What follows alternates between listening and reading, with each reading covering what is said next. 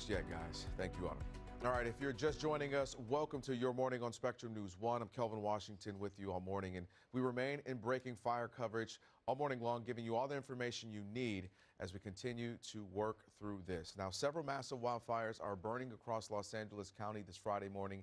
Tens of thousands of acres have been burned, with at least 10,000 structures destroyed or damaged, with thousands of others still threatened. The LA County Medical Examiner has reported a total of 10 fire-related deaths, unfortunately, and the Los Angeles DA's office says that it is investigating the cause of the wildfires burning across Southern California, and that includes the possibility of arson. The LA Medical Examiner has reported a total of 10 fire-related deaths. Right now, obviously, law enforcement and the firefighters are focused on containing these properties, saving lives, saving homes. But eventually we will get to the causes of those fires, and at that part the DA's office will be working with law enforcement to go after anyone who is guilty of the crime of arson. DA Hochman also added anyone violating a curfew who gets arrested will be prosecuted. He reminds residents that curfews are in place to help firefighters and other first responders protect the homes of those who were forced to evacuate. DA Hochman also added, and the Eaton fire has burned nearly 14,000 acres and hundreds of structures in Altadena and Pasadena. Containment has begun this morning. Additional evacuation orders were mandated yesterday afternoon when the blaze climbed toward Mount Wilson. Other mandatory evacuations were lifted as city officials notified residents in Glen Oaks Canyon, also Chevy Chase Canyon, that it was safe to return to their homes. And Parker Collins has been there for the last few days, giving us updates on what is happening in that community. We go to him now. Parker, good morning. Good morning, Kelvin. So unfortunately, as these tragedies develop, they have created opportunities for criminals, but there is a crackdown happening simultaneously. So Thursday afternoon, we heard from the LA County Sheriff who said there were 20 people who had been arrested for looting. The California National Guard has been called in to help. We're talking about hundreds of members. And on top of this, a curfew is going into effect from 6 p.m. to 6 a.m. Not so much as a form of punishment, but rather it's supposed to be an additional crime prevention tool, specifically for the impacted areas around the Palisades fire and the Eaton fire. Sheriff Luna has said anyone in an evacuation zone unauthorized to be there, that's a misdemeanor. Committing a crime on top of that in these areas could be a felony. These troops who are stationed around these fires see this as more than just providing relief to law enforcement. It's not a relief, we're helping them, just like they will help us, right? You know, anybody would do that. Sure, I would like it to people's homes. And this is what it looks like here on this busy corner. With businesses across the way and just home after home. And it just keeps going all the way back. There's nothing left here on this side. At this intersection. This is a big city block right here, and there's just nothing. So it's just absolutely heartbreaking. We're not seeing as many gas lines still on fire, which is good, but because those utility crews, were we able to see one over here? Oh yes, we got something over here. So we're going to walk across the street now. You can still see these cars out here. So it's still so desolate here. No one can come back. I heard Rick talking about how you can only get back here if you're credentialed or have official business, or if you're a first responder, because it's still so dangerous right here. You can see, I'm not even quite sure what all of this was. I'm stepping on some glass here. Yeah, I've been hearing about people being scammed, and personally, people I know, I felt uncomfortable with some people knocking on the doors, posing to be other people. So we're definitely going to advise viewers to just beware and be cautious. Unfortunately, people will try to take advantage of this situation. Also, I know that Sarah's mentioned it. I'm going to ask you the same thing, Parker. Have you seen drones flying around that have become hazardous for the firefighters who are trying to do it by air? Be cautious. Unfortunately, people will try to take advantage. Yes, I have personally seen drones flying in this mandatory evacuation zone, and yesterday we had an incident where a drone collided with a firefighting aircraft. It damaged that aircraft, and it had to be grounded for some time. And so that could be a federal crime. You're not supposed to be flying, civilians are not supposed to be flying drones in these areas because it can get in the way of what firefighters have to do. And just moments ago, I saw a helicopter, a firefighting helicopter, just above us. They are able to do that work because the wind has subsided, at least rest for a little bit here. So it's really vital that they take advantage of this window and they're not worried about other kinds of drones, other kinds of things getting in their way as they're up in the sky, Kelvin. We have no time for that, Parker. You're right. We are trying to, as Autumn keeps telling us, we have just this small window right now to make a lot of progress, and so we need no hazards or anything in our way. All right, Parker Collins, thank you so much for that. We'll check back in a little bit. And joining us now to discuss the latest in public safety power shutoffs is Jeff Monfort. He's a spokesperson for SoCal Edison. Good morning to you, Jeff. This is obviously, we talked to you now for a few times, getting us updated on what we need to know. Can you tell us exactly which communities are experiencing shutoffs right now? We know that it's kind of varied over the last few days. Well, what I can tell you is that right now in Southern California Edison service territory, we have about 278,000 customers without power. Of those, 149,000 are without power due to a public safety power shutoff. We have an outage map that you've got up there that shows the where we have been notifying customers that they may be subject to a public safety power shutoff. That map is at sce.com/outage, and there's a search box. You can put in an address, a town name, a zip code, and see exactly what the situation is there. We have little hash marks, black stripes that indicate where the power is off due to public safety power shutoff, and it shows there. Yeah, we know we're trying to prevent more wildfires, which is why you all are shutting off the power to particular neighborhoods. Let me ask you, Jeff, for families being asked to evacuate who are also losing power, what's your critical advice about, things like garage door openers, medical devices, and other electricity-dependent items that they need and they might need to think about before they head out? You know, that's an excellent point. Not everyone knows that you can open the garage door without power. There's often a rope or a handle that hangs down from the motor, and you pull that and it releases and you can pull the door up. So that's an important thing for people to know. It's also a time to be organized with medications, organized with medical devices. If you've got power, keep your mobile devices charged. We want people to know that in the areas where we have had to implement public safety power shutoffs, we have community crew vehicles stationed. The list of them is on the website, sce.com/outage. And at those places, you can charge devices, get some bottled water, get a granola bar, and we hope that those are a help for helping customers stay connected. Right now, I can say that, we estimate that 1.3 million customers have seen an impact since this windstorm started on January 7th, and we've been able to restore power to about 968,000 customers as of late yesterday. So we're trying to get the most current numbers for today. Well, we appreciate you doing that, Jeff. What immediate steps should people take to protect themselves and their properties when they know power is about to be cut off? You guys, you give them a heads up and they say, all right, what should I do then? Well, one of the things we hope everyone will do is remove anything that can become windborne, airborne and strong wind. Umbrellas, even little jogger trampolines, lawn furniture. Certainly, if you have a little brush pile, all of those can be hazardous. And the reason we do these public safety power shutoffs is primarily because we want to prevent an issue if debris becomes airborne and strikes the power line. So anything that could become airborne, we hope that people will stop and secure that. That will help not only protect their place, but the overall community. All right. Any last thing you want the folks to know as we continue on here, Jeff? I'm glad to have an opportunity to say, if you see a down power line, do not touch it or anything that's in contact with it. Stay at least 100 feet away from it and call 911. All right, there you have it. Jeff Monfort with SoCal Edison. Thank you so much for giving us an update. We appreciate it. If you see a down power line, do not touch it or anything. All right, let's see what we're seeing on social media. Jamie Lee Curtis, she says that this is the church in the Palisades that had a beautiful Sunday school and was a gorgeous house of worship and is the building that I got sober in 25 years ago. I think all of the souls who came there for comfort and solace, and all the baptisms, funerals, and weddings, and the thousands of people who reclaimed their lives through sobriety. So obviously it meant so much to her and so many others in that community. We continue along here. This one says, I've never witnessed or personally been involved in a firestorm until last night. Seeing the area in Altadena where I grew up and have hiked my whole life go up in flames was just so surreal and utterly devastating. I mean, look at that. That looks like it's straight out of a film or a movie.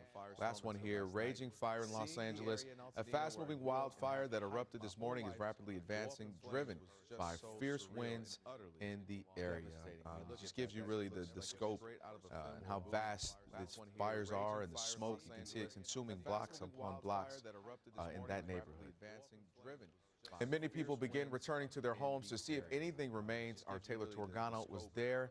She joins us live in studio with the latest, with what I have to say, Taylor, is obviously a very difficult story to watch. It is.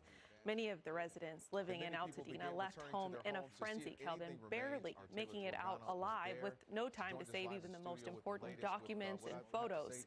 They met a handyman who was devastated as he returned home without anything, getting out of his home in just seconds, trying to save it without any chance to grab his wallet or any of the tools he needed to sustain his livelihood. They met a handyman who was devastated. A house is just a structure, 4 walls and a roof to live under, admits handyman Miguel Avarenga. But this one, he built with his own 2 hands. When my wife and I were looking for a house, we saw this house was the little house in the block, the littlest one. My wife says, no way. I say, yes, way. This is what I need, a little house that I can build up. So we buy. And when they filled it with memories and 2 little babies, this house became a home. The home that Miguel would narrowly escape from just hours ago when the Eaton fire blazed through his neighborhood. He says he was sleeping when he heard an explosion. If that explosion did happen, I would have never woke up because the room was full of smoke. He ran out of his home with his daughter Michelle, who also lives here with her daughter and son. Miguel tried to extinguish the flames until the water was shut off. Then he says all he could do was watch as the flames used his every prized possession as fuel. Today, as hotspots still flare, he and Michelle are trying to find anything that's left. It's all gone. It's all gone. Everything we've worked for, everything we've collected, her drawings, her report cards, her pictures, you know, my son's newborn, all of our stuff is gone. They look at videos of her 1-year-old running through the backyard that's now unrecognizable, heartbroken as the reality sinks in. That car, 1972 Honda, is a classic now. That was my dream car to restore, just for fun. I think I'm never gonna do that. The emotions shift from despair to anger as the last bit of hope for any salvaged documents burns. And even though deeply painful, as they take turns consoling each other, they're grateful that at least they have their lives and a resounding resilience. We're gonna go through this. Trust me, even if it takes me 10 years, I'm gonna rebuild this. My last year, I'm gonna rebuild it. Because you can always build a new home, he says, even more beautiful than the last. Miguel built that home 25 years ago, and now the Avarenga family is one of many that are tasked with rebuilding their entire lives. They've started a GoFundMe that can be reached through the link on your screen. Calvin. Man, it's just difficult. So many people are losing their homes, their businesses. Obviously, it's very hard to watch. But again, at the end, resilience and finding a way to build their cities back up. When that time comes, obviously, it's going to take some time. As thousands struggle with devastating loss to property, California Insurance Commissioner Ricardo Lara has issued a mandatory 1-year moratorium protecting homeowners' insurance coverage in areas affected by the Palisades and Eaton fires. The moratorium prohibits insurance companies from enacting non-renewals and cancellations until January 7, 2026. And Lara addressed homeowner concerns this morning during a press conference sharing this message. I call upon all property insurance companies to pause these non-renewals and cancellations and provide essential stability for our communities, allowing consumers to focus on what's important at the moment, their safety and recovery. And for those who had to evacuate due to any of the fires burning across SoCal, Uber is offering free rides for evacuees to temporary shelters, and they're going to cover. Did you get a second, Charlie, out of you? Then you have Airbnb, and they're offering temporary housing to those that are displaced. Assistance can be requested through 211 LA, and dozens of hotels. I copy. The only other Charlie is going to be Oregon Task Force 4. Give me a couple minutes, and I'll get them back down here and assign to you as well. Lodging accommodations for those affected. I copy. I'm going to try branch 10 as well, see if he has any Charlies available. Yeah, I get 4 down and prepped, and let me know when that happens. Break branch 10 from 7. Right, we got really off. Branch 10, copy your traffic. I'm on their site, but I'll go to Division Yankee and see if there's anything he can free up in Topanga Canyon. From 7. Affirm, type 3 or smaller. We do have immediate structure threat. Break ops, branch 7, confirming you copy all. Copy all, emergency structure threat to type 3 or Canyon, and I copy the traffic. We do have immediate structure threat. Break ops, branch 7, confirming you copy. Affirmative, to observation drive, Terry, and down to 27. It's 200-300 feet from the homes and picking up now. Can we get SO in to do another evacuation announcement? There is quite the populace still within Topanga. This is around 9:30 p.m. We're already seeing some guys copy all. We'll handle. Can we get SO in to do Division Yankee branch 10, you copy that traffic from branch 7 in Topanga. Populace still within So Topanga. we have another kind of classic Santa Ana wind setting up as we get into the end of the weekend, and that's going to impact the Palisades fire. It's also going to impact the Eaton fire as we head into the next couple of days. So your Friday night, look at that, nice and calm around the fire. That's what we'd love to see. But as we get into our Saturday afternoon through the evening, the winds will really start to pick up along the San Diego Mountains. And then by the time we head into our overnight hours, still tracking some gusts around 40 to 50 miles per hour, especially in those mountain ridges there. So we're not out of the woods just yet. And even as we get into Monday through Wednesday, we're going to be tracking another round, even some stronger winds. This is the setup. We have this next trough pushing in. And people are asking, why are these areas of low pressure just pushing in? It's winter. The storm that impacted us just earlier this week has aided in a big winter storm. W operations on V1 command. These kind of inside slider systems, they're pretty dry for us, so we're not getting any rain from them. We're just getting the strong winds associated with this. And you can see, this moves kind of, it looks like it kind of retrogrades back into SoCal. It is positively tilted. We have this high just out to the west. Those pressure gradients will tighten up once again. So as we head into Monday, Tuesday, even into Wednesday, tracking gusts about 40 to 50, even close to 60 miles per hour. And the details here, they're not really ironed out because this is a little far away. We're talking about Monday into Tuesday, so that's about 4 to 5 days away from us. We can already see there's a signal for those strong wind gusts coming out of the northeast, 40 to 50, even 60 miles per hour. I'm thinking those winds might peak with this particular storm as we head into Tuesday morning here. This is 11 o'clock. We're seeing those patches of dark purples. Of course, we don't want to see that, Kelvin, but we do have to prepare for more strong winds. Of course, once again, we're talking about all day. These winds dry us out. So we have the wind, we have the air that's dry, and we have the fuels, and we have the topography. That's a combination for fire danger, and we may have those red warnings go back into effect as we enter the upcoming week. Yeah, we definitely would like some reprieve, but I do appreciate the heads up about what could be happening early next week. Autumn, thank you so much for being on top of that. Victor Yankee on command. Well, if you're just now joining us, good morning. This is your morning on Spectrum News 1. I'm Kelvin Washington. And the Eaton fire causing massive devastation, burning down homes and communities.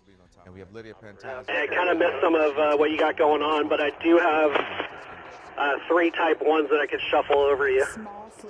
They're going to go over to station 69. Yeah, unfortunately, the roads are a little tight for the type 1s. I'm looking for 3s or smaller.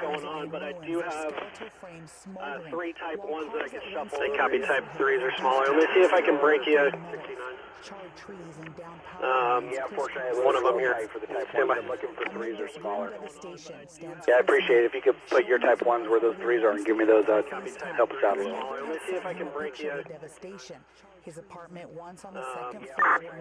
Victor, 42 Fox on command. Hey, I got one type 6 heading to their location. I'm trying to wrangle up my other ones to head that way. Just FYI. Yeah, copy. Yeah, just Get them in here close to that fire's edge. You heard the road, Sites Road, and then work from there back. Copy, officer. And his wife have lived here for about 7 years. LA This is the Palisades only there, home attack. their 3 children knew. Get them in here close to that fire's edge. You heard the road, Sites Road, and then work from there back. On this driveway here. There's a new start about 5 to 10 miles north of Van Nuys Airport. Just want to make sure you're aware of that one.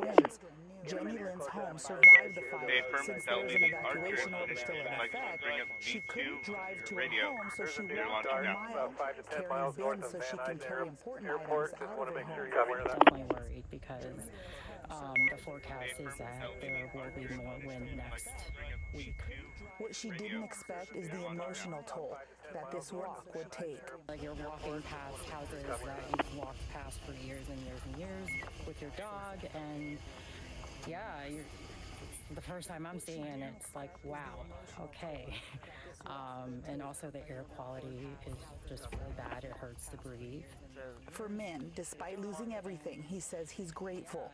Feel real blessed, and it's crazy how people like showed up for us right now, and we can literally have a place to stay, you know, for months to come if we want to. There will be always someone who's like, come and stay with us. He says he never expected the outpouring of support he would get from family, friends, and strangers. Support, he says, makes all the difference for his family.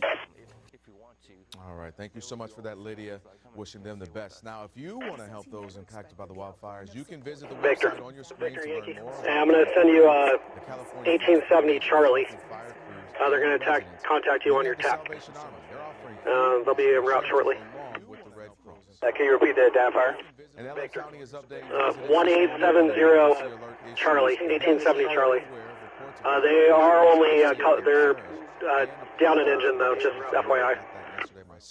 Can you repeat that copy? 1870 Charlie, 1870 Charlie. Division Union from Branch 7. Down an engine though, just FYI. For assistance. Can you repeat that copy?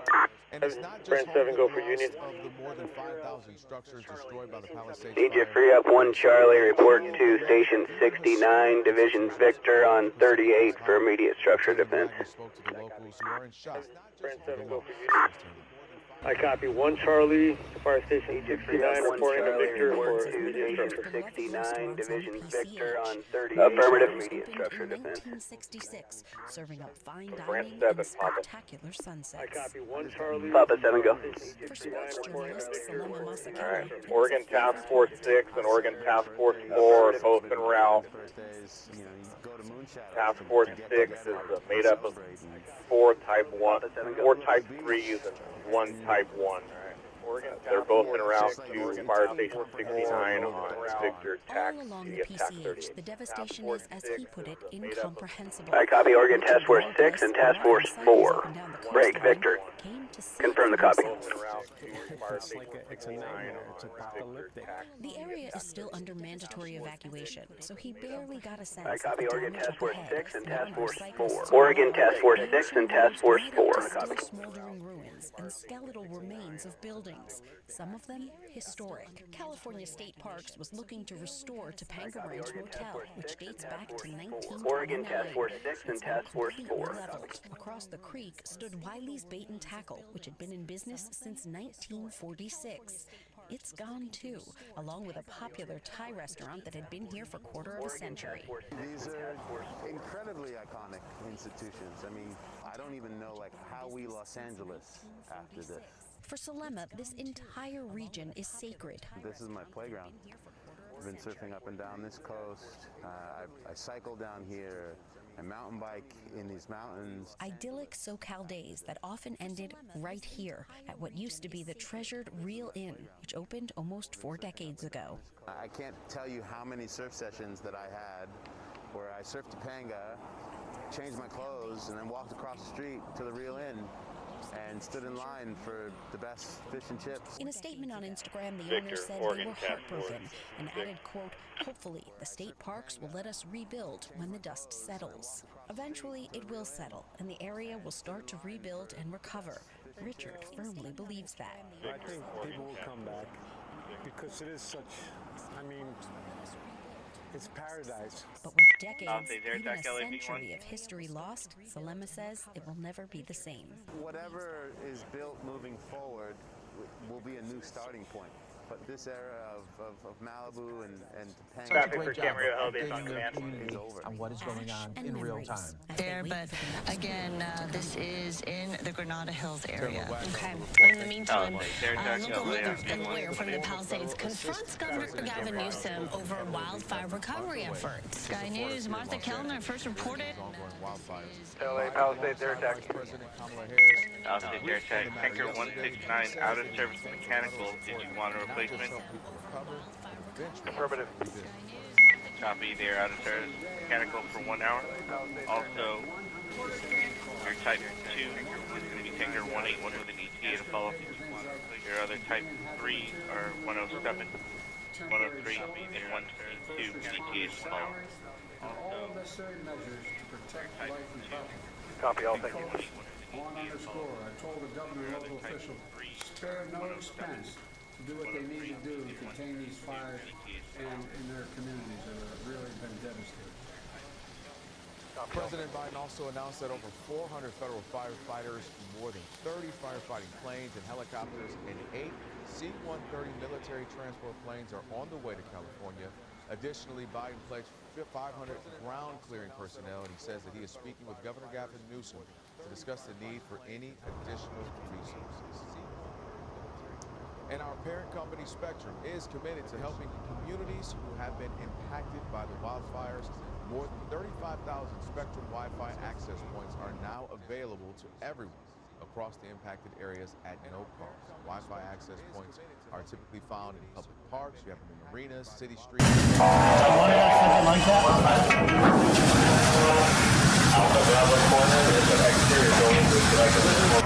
Link IT into 32. Are you going to need an extra break? We got water.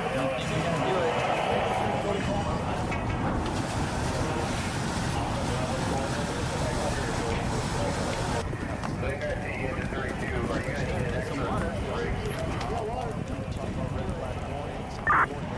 Brent 7 from Uniform Command. British 7.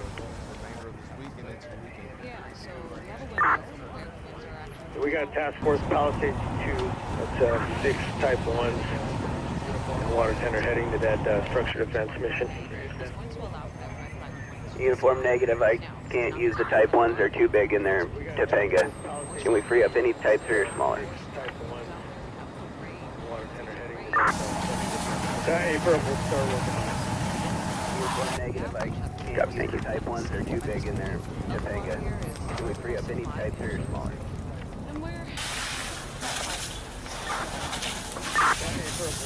Brent 7 from Uniform. Charlies are engaged. We do have one coming up to our meeting point. We'll launch one soon. Hi, copy. Advise on the Charlie. Thank you. Last year, from Uniform. Charlies the state of California was we do have one coming really up to our meeting point. We'll launch but one with soon. that significant water year, of course, more water, copy. some more Advise fuel, on the Charlie. right? Frank, So you have a this is Papa. where I have those 2 they dozers have states at completely Pepperdine. dried Will out, there be a and new that form is just on what the fires are really eating up on. So just not the best ingredients here for kind of recovery in regards to this fire weather. And even as we get into the middle of the month, you can see the West Coast. It looks like we're going to stay pretty dry with the Climate Prediction Center predicting below average precipitation. And we really, really could use that rain. So at this point, you need to stay vigilant. You can see the red flag warnings. They did expire as we head into the 6 p.m. hour, but they may be redrawn as we head into next week, because we're going to be tracking those strong winds and also the air quality alerts. Of course, we've been dealing with smoke, especially if you live right up near the fire, even just downwind of the fire. As we get into the next couple of days, especially tomorrow, once the winds kind of ease up a little bit throughout your morning time and we have more of an onshore push, that's going to allow for the smoke to not be as confined to where these fires are and spread further inland. You can see as we get into our Saturday morning, this is 7 a.m.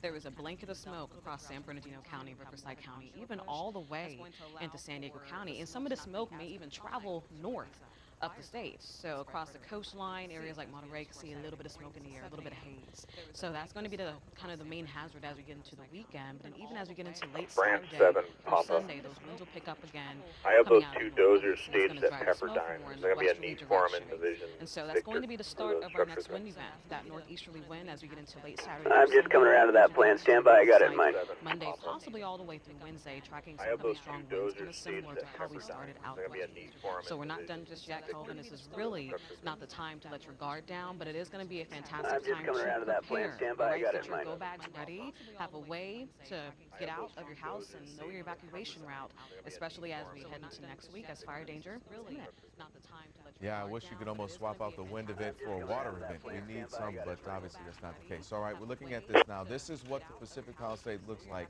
the morning of January 10th. So many homes lost in these tragic fires surrounding LA, sending love to all of the families. Obviously, a surreal sight, so much devastation. However, we will continue to give you all the information you need, keep you updated here at Spectrum News. So many homes lost in these tragic fires surrounding LA, sending love. And you can see the Pacific Palisade fire there from our West LA camera, and obviously you see all of the smoke, the plume that is there. And it really started off earlier this week, and now here Division we are with uniform so many from thousands Uniform of acres East Trainee burned. We'll continue Command. to keep you updated on everything happening around Southern California with these massive fires. Spectrum News.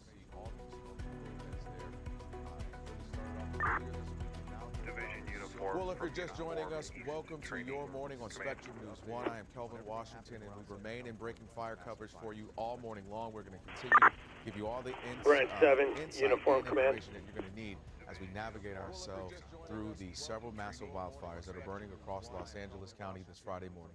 Tens of thousands of acres have been burned, with at least 10,000 Division Victor, destroyed or damaged. Oregon Thousands striking of 4 others still threatened. on command. The LA County Medical Examiner has reported a total of 10 fire-related deaths, sadly. And the LA County is updating residents this morning on emergency alert issues. They say they're aware of reports of evacuation messages sent in error and apologize for the disruption. Branch 1 operations Those on alert errors V1. are not human-driven. And the director of Office of Emergency Management for LA County shared this message during this morning's press conference. We are heading west on Dirt Fallen Road. Now, what's your location? With the Federal Emergency Management Agency's Integrated Public Alert and Warning Team. We are heading west We have on every technical specialist. well, we're at the, we turned left at 8 Yellow Gate when we got onto Dirt Fallen, so you're past that, correct? For current evacuation orders and warnings, you're urged to visit. Yeah, I'm coming out Sullivan Ridge right now. Well, we're at the, we turned left And the at Eden fire 8 has Yellow burned Gate nearly when we got 14,000 onto acres Dirt and Fallen, hundreds of so you're structures past in that, correct? Altadena and Pasadena. Containment has begun this morning, starting at 3%. Yeah, I'm coming Additional out evacuation Sullivan orders Ridge right now. were mandated yesterday afternoon when the blaze climbed toward Mount Wilson. Other mandatory evacuations were lifted as city officials notified residents in Glen Oaks Canyon and Chevy Chase Canyon that it was safe to return to their homes. And our Parker Collins has been there for the last few days, giving us some insight to what has been happening in that part of town. Good morning to you, Parker. Where are you now and what's going on? Kelvin, I'm in Altadena where, 48 hours ago, the Eaton fire, we saw those flames just course through this neighborhood.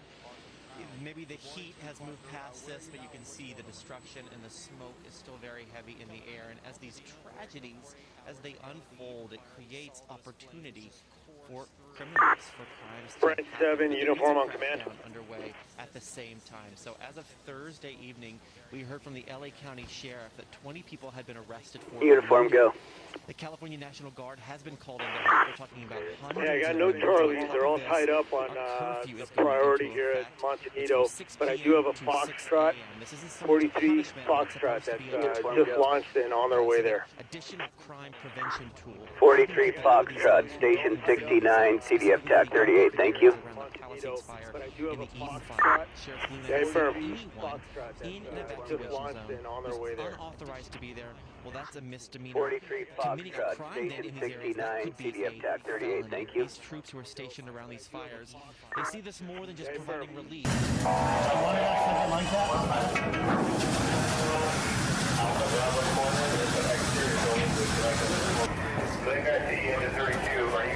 Some water. Yeah, water. If you're gonna do it.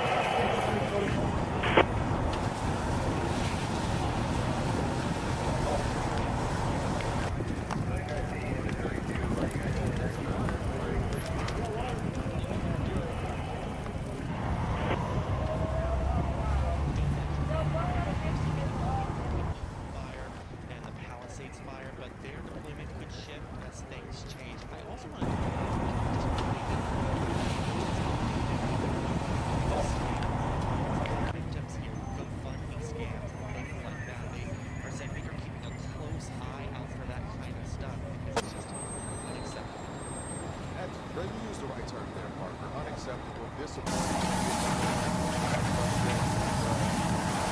Folks are going through such difficult times, and then other people are trying to take advantage of it. So I'm glad that these messages are getting out there. We also know that some people have been flying out, and sometimes for recreational, sometimes for document what they're seeing, such damage. But either way, these are getting in the way of firefighters from aerial attacks, right?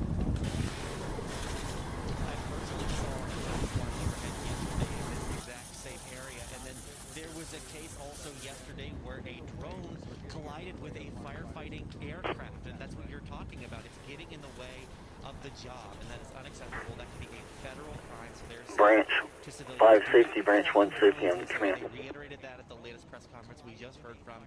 You cannot be flying drones in this area, regardless of the intention. Again, because you can't get in the way of what the firefighters are doing, especially in these windows when the wind is a bit calmer. They're able to do those aerial drops. It's really critical they're able to get to the task at hand.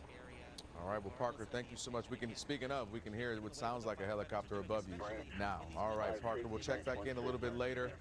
And folks, with multiple wildfires continuing to burn across Los Angeles County, it is important to keep track of all the changing road closures, also evacuation areas. Taylor Torgano has been covering that for us all morning long. She's in studio now with more. Taylor. Good morning, Kelvin. California Insurance Commissioner Ricardo Lara has issued a mandatory one-year moratorium protecting homeowners insurance coverage in areas affected by the Palisades and Eaton fires. This is crucial right now. The moratorium prohibits insurance companies from enacting non-renewals and cancellations until January 7th of 2026. Lara says the rule applies to all homeowners within the perimeters or adjoining zip codes of these two massive fires, regardless of whether they suffered a loss. He spoke earlier today at a press conference. What we're seeing here is a large portion of these communities are insured, and so what we're telling consumers are make sure that they get a complete copy of their insurance policy, that they take note of their additional living expenses, and that they track and get operations, deputy operations. We want to make sure that this also simplifies the claims process and document every conversation Go for operations. With our agent or with our adjusters, and again, not to rush. Adjuster Roger to the incident, have a Alpha and a Charlie strike team. Out-of-state adjusters come into communities. Go for operations. Yeah, for now, let's go ahead and push them out to Division Victor while they have that threat that they have. File those claims. Lara reiterated both strike teams do not make rash decisions, and please just take your time. Yeah, He says for now, those let's go ahead and push impacted them can out call to 1-800-927-4357 for help navigating the insurance claim process. And when it comes to the latest impacts from these fires, right now, according to Caltrans, there are no freeway closures or evacuation orders for the First and Kenneth fires. That's great news there. Forward progress of both fires have been stopped. And now let's move over to the Palisades fire, which is now over 20,000 acres burned. Similar evacuation order and warning areas do remain in place. Division Victor, Oregon, striking for highway closures. Southbound Pacific Coast Highway is closed from Malibu Canyon Road to the 10. Northbound PCH is closed starting at McClure Tunnel. The westbound 10 is still closed at Lincoln Boulevard and Santa Monica, with on-ramps closed at 4th and 5th Street. Panga Canyon Boulevard is fully closed between PCH and Mulholland Drive. And now heading over to the Eaton fire in the Altadena area, burning at least 14,000 acres there. Evacuation orders and warnings remain in the Glendale, La Canada, Pasadena, Arcadia, and Monrovia areas. The Eaton fire has several closures. Angeles Crest Highway is closed at the start of Angeles National Forest, which will remain closed until next week. The 210 has closed off ramps in both directions at Arroyo Boulevard. In Azusa, San Gabriel Canyon Road is closed as preventative measures, with only residents allowed to enter. And even in those cases, it's been difficult for the residents to get to their homes. So if you don't have to be in that area, you are being urged to steer clear. We expect the road conditions and fire numbers to change throughout the morning. We will continue to bring you the very latest. Calvin. Thank you so much. As you mentioned, these road closures, evacuation orders, all these things continue to change. This is a very fluid situation, so we're going to continue to get you all the information you need. Now, at this hour, Camarillo elevates, Palisades Telco. Being called the most destructive in Los Angeles' history, continues to threaten countless homes, and has now surpassed 20,000 acres. Among the destroyed structures include the historic Will Rogers Home, Marquez Charter Elementary, Palisades Charter Elementary, the Real Inn Malibu, and Gelson's Market. 20 individuals have now been arrested for looting. And joining us now is Sarah Peeler, who has been covering the Palisades since day one. Sarah, again, it's just been a very, very, very devastating thing to see all of these. Now that we get the pictures, the social media, the aerial views, it's been hard to really see. And you were there from the very beginning when it was still a community. While there was a fire, it was still a community, and now it's been ravaged. Tell us more about what you're seeing today. Yeah, well, as we process some of the things that we're seeing, Kelvin, it is really hard to wrap your head around it. Just like the Chase Bank behind me here on Sunset Boulevard, you can really see how the fire just ripped through that bank. And when we think of a bank or other businesses, these are not often images that we actually see with fires like this. So this is just one example. You mentioned Gelson's, also the Ralph's, which is across the street. Some really major big businesses for this community that really felt like a tight-knit community from talking with many of the folks who have lived here but have come back to check on their homes. Outside of the business damage, obviously the extent of the residential damage has been huge. Now the focus and the objective for firefighters today will be to shore up their contingency lines, which they said I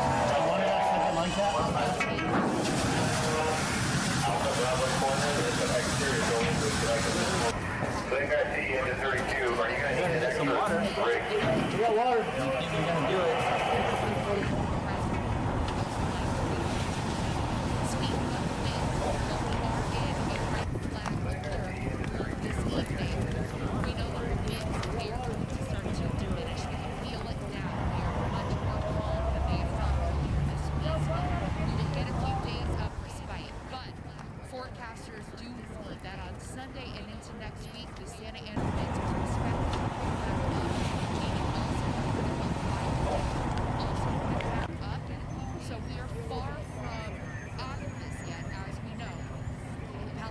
Fire is actively burning. It's now over 20,000 acres. Firefighters have been able to get some containment.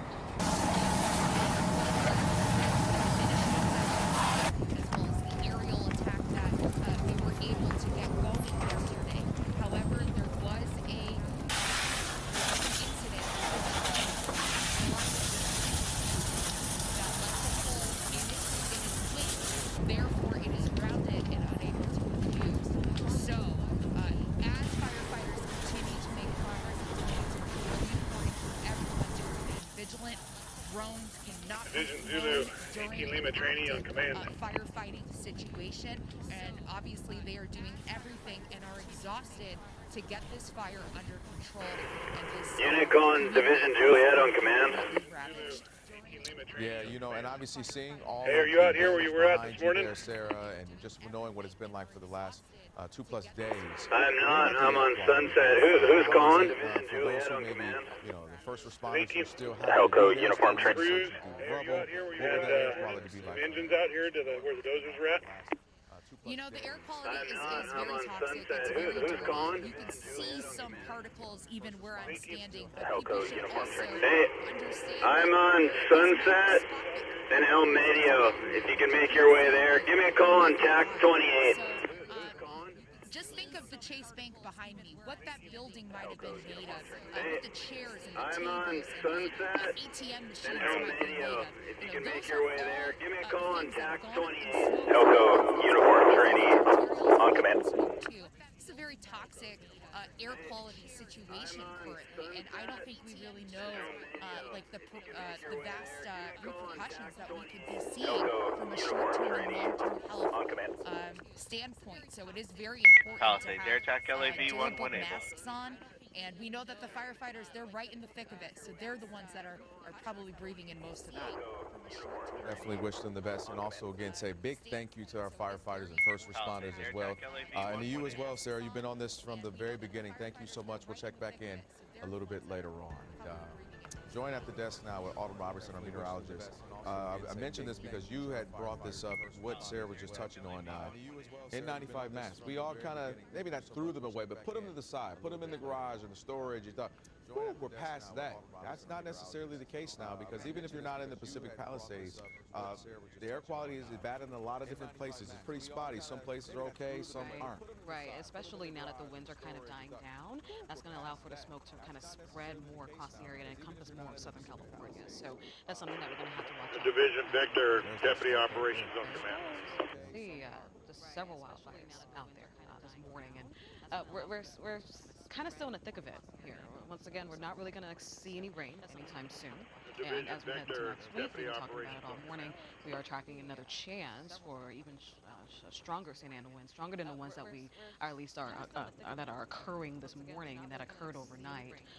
But you can see the fire weather outlook is a little better than the last couple of days. No extreme risk. We do have an elevated risk across most of SoCal, a small area of a critical risk of fire danger today. Division Victor, Deputy Operations down. We're going to see a kind of a return to some Division Victor conditions as we get into the weekend. Hopefully that will help with firefighting efforts. We've got a Charlie and an Alpha headed your way, ready to copy identify. As we get into our Friday afternoon, even through your Saturday, and with the change in wind direction and also with just a decrease in that speed, go ahead, up. Accelerating winds, that will allow for that smoke to SCA, OES, EMAC 3, SC, OES, EMAC 9. Go ahead, up. Red flag warnings will be expiring. You guys get a fill on that type 1 order? Helicopter order? Once again, as we head into next week, I wouldn't be surprised if Confirming first one's EMAC 6. In fact, we still have all the ingredients here for fire. Negative would be EMAC 3. EMAC 3. Pretty much all of our mountain communities, kind of isolated areas. Copy. EMAC 3 and EMAC 9. Confirming first one's EMAC 6. Talking about all the particulates in the air, a lot of chemicals, just not really great to breathe that in. So try to get your mask. If you're indoors, it's going to be probably the best thing to do over the next couple of days. Try to run your air purifier if you do have one. Your wind Gulf Trinity, Branch 10. Still pretty strong, a little gusty as we head into about 3 p.m. Unity Branch 10, Gulf Trinity. Got a ground support request for you. We'd love to see, my friend. We have some sustained winds, 5 to 10 miles per hour, but that's barely. But as we get into next week, tracking another round. So the Santa Ana winds will be it's going to be for engine 1488. Fire danger, and of course, we have really dry fuel out there. They're on Coralwood we do have a wind kind of coming off of the water there that will bring our relative humidities up just a little bit, a smidge, not enough, because it quickly dries out the air as we get into the end of the weekend here. So we'll be okay, copy. Engine 1488 on Coralwood and Canyon. Telco operations on V1. As we head into Monday through Wednesday, so the beginning of the week, we do have a kind of a similar setup to what we dealt with a little earlier on this week. Main event that really drove those fires. Operations Division Papa, Geo Traffic as we head into next week. It's localized. Negative, looking for Helco. Break Helco operations on V1 command. So I'm breaking everything down, coming up in full forecast. In the meantime, we can enjoy a kind of calmer day, a calmer window, Kelvin, because as we head into next week, negative, looking for once Helco. again, Break Helco operations. It's a good day to prepare V1 as command. well, today and tomorrow. Prepare those go bags and make sure that you're ready in case you do have to get out of here pretty quickly. Well, you know, Autumn, here's the thing, though. We have to really do it because a lot of people, we all see this, whether it be wildfires, earthquakes, we still don't necessarily heed that advice. Get a ready, set, go bag, folks. I'm going to keep saying that so you can have it and be ready to go when needed. All right, victims impacted by these wildfires are getting assistance from the Federal Emergency Management Agency, or FEMA. And Director Diane Criswell says that FEMA workers will be making their way to the Los Angeles area to help victims start their recovery. Here's what else she has. Branch 10, air attack. We are going to have people, now that we have the president.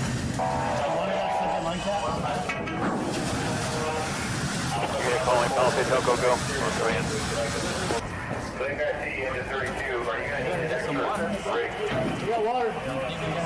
Air attack, Branch 10 on command. I heard you were trying to get a hold of Helco. They were in a transition brief, but they're trying to get a hold of you now. Air attack. Copy, confirming air to ground command or air to ground attack. I called you on command. I'll get off the air here in a few. But people will start to see individuals in FEMA shirts helping them register. Air operations, starting in the Palisade shelter Helco on areas, command, go ahead. ground command or ground hotels, so we can get them started on this process. Palisades Helco, branch 1. I need you over here in Division Alpha for support of direct line with the crews coming up to Sullivan Ridge. Hoping to see if All right, copy. I'm just going to transition up brief real quick, and we'll hand it over, and we'll head that direction. One couple heading back home. Here's Taylor. Branch 1 copies all. The images are haunting. The Palisades, a place that once promised paradise, is now a wasteland. A prison cloaked in smoke, ash, and uncertainty. This is my mom's wedding china. For Naomi Horio and her boyfriend Stephen, the answer they feared for 48 long hours came Thursday. Yeah, this was our...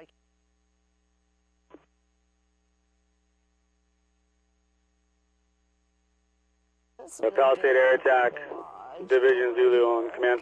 Naomi says 8 years of love and laughter Zulu Air was Attack wiped clean command. in moments. Neither was Go for some home air when support on the friends top were end of to Zulu, life, so they near couldn't the save a Alpha single Zulu break. thing. Yeah, we're really sad. Copy. All aerial resources are committed to immediate structure and threat over in Yankee right now. We'll get to you when we can. Hoping against hope that their house had somehow defied Mother Nature's fury. But that hope gave way to despair when they saw their memories scattered in a sea of black and white, and their neighbors' homes still burning.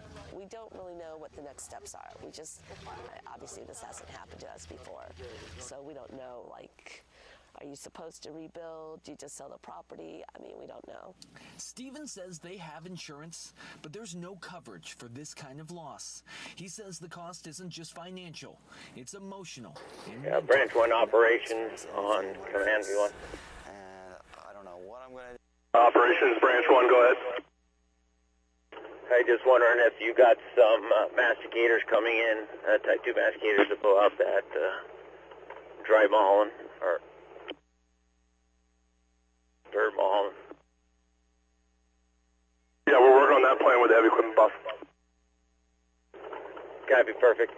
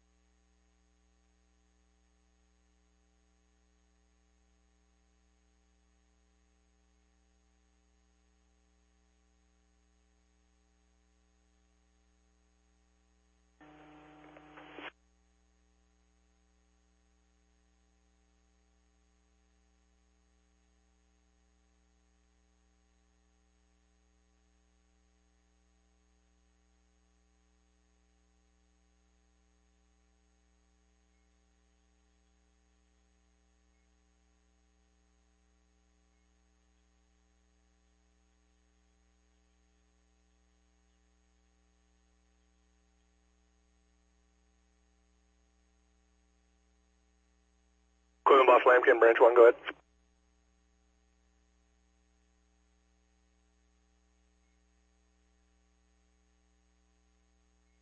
Yeah, affirmative. I want to tie in with you if you just come back over to my location.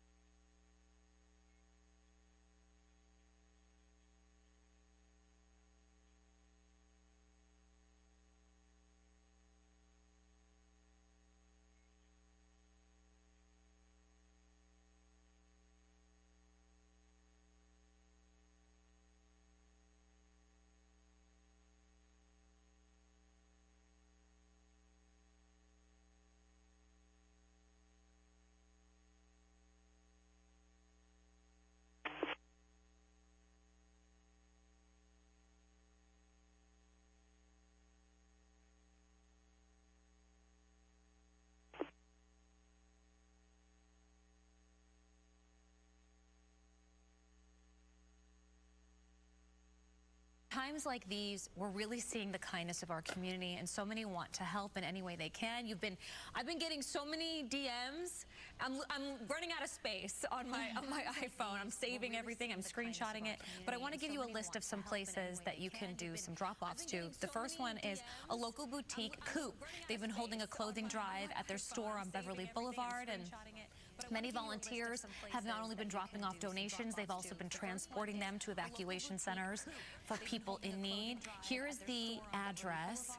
If you have been affected by these fires and you need clothing, please go to Coop now through Sunday, 10 a.m. to 6 p.m.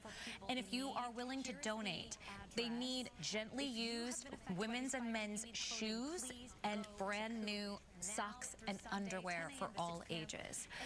Again, the address right there on the screen. You can also go to their social media page to see what else they need and what they have to offer right now. It's at Shop Coop LA.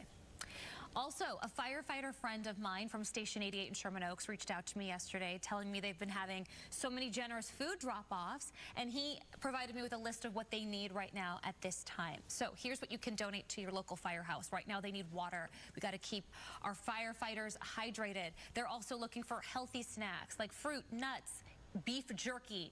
Protein right now is great for them as well. Non-perishable protein like beef jerky. Officers in these impacted areas. This deployment includes our partners. Discouraged. Please, no caffeinated drinks at this time. No coffee, no energy drinks, anything like that. No cakes, no cookies. He tells me while they do appreciate it, because come on, who doesn't enjoy a sweet treat? They do want to keep their bodies as healthy as possible, especially right now. Because they get that sugar crash or the caffeine crash, you know, they need to have a sustained energy level, right, for the work they're doing. And they need to stay hydrated. Yeah. And for those of you who live in the Studio City, North Hollywood, Burbank, Valley Village, Universal City, and Toluca Lake area, the Gary Marshall Theater has opened its doors as a donation site. And this weekend, they are collecting non-perishable food, gently used clothing, toiletries, blankets, masks, batteries and phone chargers, coats, and honestly, anything else you have and are able to donate at this time. They're located at 4252 West Riverside Drive in Burbank. If you have lost your home or been evacuated, Big Bear is also lending support, resources, and discounted places to stay in the mountains. They are supporting those affected and offering discounted safe haven cabins in Big Bear to provide place that you can heal, rest, and rebuild. You can reach out to them via phone or email, and their team will assist you. The website is bigbearvacations.com or IC Copter 15 Command. Also, if you have a few extra bucks right now, anything you can spare, you can join Fox's support of families impacted by the California wildfires. Your donation enables the Red Cross to respond to and help people recover from this disaster. Visit go.fox/Red Cross to support these efforts, or scan the QR code on your screen. I'm going to give you my we need an inch of 69 Bravo to pump. Keep up with your tank. 69 Bravo, we need an inch. On Instagram. Thanks to you, I have found a place in Orange County and in the IE. Oh, good. Okay, perfect. Yes. Want to get out to Stu overhead in Skyfox about this new fire that has broken out in Granada Hills, the Archer fire. It looks like, Stu, Camarillo Hill Bay, Palisades Hilco on command.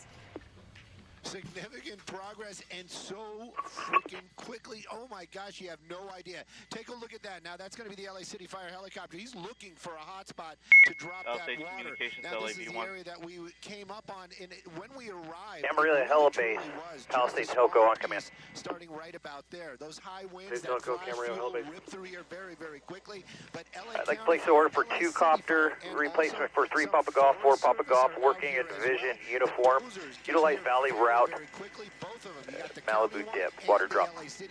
They're out there cutting lines, and all those crews are up there on that hillside working to put out some of those hot spots. Doing it by hand, that is a job. Water droppers, uniform, utilize the Valley dip. Literally right there. Correction, the Valley route to Malibu Malibu dip. Water source from, if I can find it, it's like, whoa, somewhere right over here. Anyways, they're picking up their water right there at Sunshine Canyon. That's for the helicopters. It is a short jump from there to drop it off right here. They got LA City in there, LA County in there, and of course you can see it right there. If you were watching, Helibase, Telco, go ahead. Just went on the air. This was a lot of smoke. You'll be receiving copter 605, copter 95, Bravo. Mature brush right nearby, but you can see the job that they've done. Amazing work. I copy both identifier. Evacuations though in this neighborhood right here, and I can also tell you, I'm going to double check it while we're live. Balboa Boulevard, they were stopping everybody right about Boulevard. If you know that area, it's right by the fire station. It looks like it is still closed down northbound. They're allowing people to get out of the neighborhood, but they're not allowing anybody to go north on Balboa. So if that's part of your drive this morning, trying to avoid the freeway, you better plan on something else. Not sure when they're going to reopen it, but right now that firefight's still technically ongoing because just one little ember can just really get this thing to pop off one more time, especially with these winds and all that dry fuel around here. So they're going to make sure this is out. LA Palisade Communications V1. Lift those evacuations. Relay from copter 1515. It's another evacuation warning area they posted. So there's an order and a warning. So the warning is for areas east of Tampa, and the border is Balboa, as you mentioned, Rinaldi to Cessna. So that is kind of the level 2, as we say. Just Union Actual from Union East trainee on command. As you mentioned, those Stu, they're making good progress, so it's looking good with a lot of resources there. We'll check back in with you in just a little bit. Go for So coming up, uniform on command. We are speaking to a mother, I believe, who Yes, lost Actual her is children's school is in ashes. East trainee. We need to send one of the Type 1 engines up to 69 Bravo to start pumping. Either Palisades 1 or Palisades 2. We got to pull one of those engines. I copy. You need a Type 1 at 69 Bravo. That is correct. Thank you. Yeah, copy. We'll handle.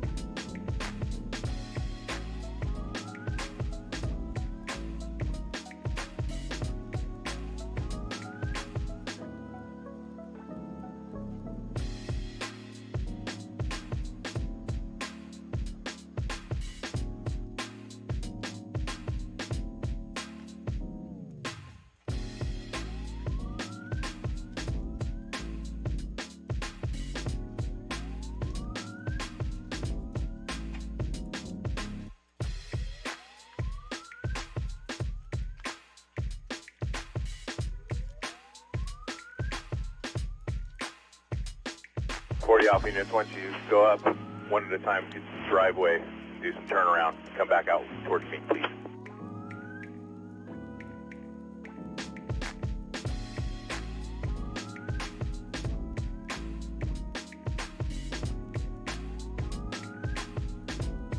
You guys copy on tact?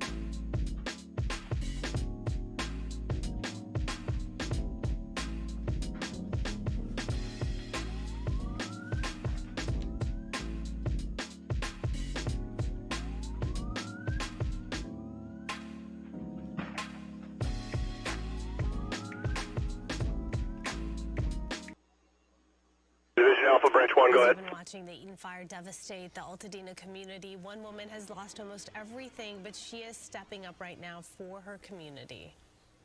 January 8th, my city burned. My kids' school, also in smoke. My clubhouse, gone. And my precious home, also gone. And here in despair, I decided, with nothing to do, to try to do something for my community. Wow, that is so tough to see and hear. That is the voice of Joan Wynn. She's joining us this morning right now to tell us a little bit about what she has started. Joan, thank you so much for being with us. And we're so sorry to see all that and hear about the loss that you're going through. It's terrible, absolutely terrible. But what you're doing is really taking your energy and putting it towards some positivity and trying to help others. You started LA Family Support. If you can tell us what that is and how it's helping other local families. Absolutely. Thank you so much for having me here. I feel so grateful to be here and be safe with my family. So there's so much gratitude there. Watching my kids in their school burn down and seeing so many other schools in the community burn down, I saw how the kids were also displaced and lacked normalcy, and saw remnants, of course, of COVID and the pandemic and how much that really impacts children. And my background in child care and early childhood education really motivated me to do something to give the kids a semblance of normalcy. So through this initiative, we are offering parents an opportunity to have up to 3 days of sponsored child care, and that's for kids, babies who are displaced from daycares, preschoolers who are displaced from preschools, school-age children up to 12 years old. So we're working on options for older kids to have just a few days in the next few weeks to just be with friends, be in the classroom environment, feel alive again with their peers. And that's what really motivated this campaign, was, again, bringing that normalcy back. Joan, as a mom yourself, how do you explain to your kids what happened, and how do you talk to them about this? You know, it's really hard. There's no right or wrong way. I see all these, posts on Instagram about what to do and what not to do. I think the most important thing is to emphasize that they're safe, that they're safe with us. And what I told them is, things are just things, and of course things are special place too. Right here along Shady Grove Place, and then you have the neighborhood Malibu really Canyon, Gates Canyon home Park immediately to the west. Some of these fires that are not jumping or spotting are kind of running into dead ends. They're running out of fuel once they get to the brush clearance, and those houses could be saved because of that brush clearance. That brush clearance buys time for those homeowners and for the fire department to get there, get the structure protection in place, even in a wind-driven fire where it's so easy to jump over a fire break or a road, or even if you've done the proper brush clearance, the wind can easily jump it. Right, but you're and how still are your kids doing, and the kids in the community? Where are you going to facilitate this 3-day-long Thousand Oaks Boulevard. child Thousand care? Oaks Boulevard is the main street that runs through this neighborhood, and there is fire in this community my company, that is Bumo, brushing it's right a up marketplace against these for homes. on-demand child care and camps. So we actually have a network of 10,000 searchable locations. So we're able to very quickly and swiftly partner say with existing LA locations that haven't been impacted by the LA Palisades AirTech. and able to give Tanker parents 181 and out of families service mechanical. this, That would be your sort type of 2. Do credit you want a replacement? to be able to book these locations Affirmative. for 3 days. Copy ordering. Well, that's amazing work that you're doing, and so fortunate that you already have that network of support and availability to take in these kids who really need that sense of normalcy. As you mentioned, that kids really don't know what's happening, and the parents need the time too There are so to many really sort active out what the situations here next between these steps two are after this neighborhoods. tragedy. Fire approaching both of these neighborhoods. LA Palisades Communications. In some C1. cases, you can already see where Palisade comms, the go for brush LA. clearance behind some of these homes has already spared the LA home. Palisades If the brush Communications. clearance wasn't there, Copter and hadn't cleared 1515. the area Specify where they wanted that engine for the backyard, they would already be on fire. 69 But Bravo fire would be the hell spot, on Kenneth pumping immediately. is now multiple fires. I know it's all one fire. We call it the Kenneth fire. But as I look LA out the window Communications. from the helicopter, LA there are fires Communications, copy. in various directions. We're talking about a large area where there are multiple fires burning and now multiple neighborhoods being touched at the same time. I just want to make that really clear. Communications, This isn't LA. like one specific Advise when body ready, of copy flames address. that these crews are trying to chase. They've already got tankers showing up. They've got helicopters over here. They are trying to Palisade flood the Communications, zone go ahead. with structure protection, and they will do 69 so Bravo at all at costs to save 22 as many structures as possible. 500. But as you're seeing from our pictures, Saddle Peak there is Road. already flames, surrounded by homes surrounded by flames. 22500 At this point, Saddle we have Peak not seen Road. any properties actually touched yet, but the threat is imminent. It's already tripled or quadrupled in size. We're talking already comfortably. I can tell you this has already burned hundreds of acres. You can see all of the landscaping. Look at all the palm trees in this neighborhood. Look at all of the landscaping. Look at people already trying to get in their cars and getting out of Dodge. It is time to get your essentials and get out now. Grab your pets. Get out now. Palisade Communications, Division Foxtrot.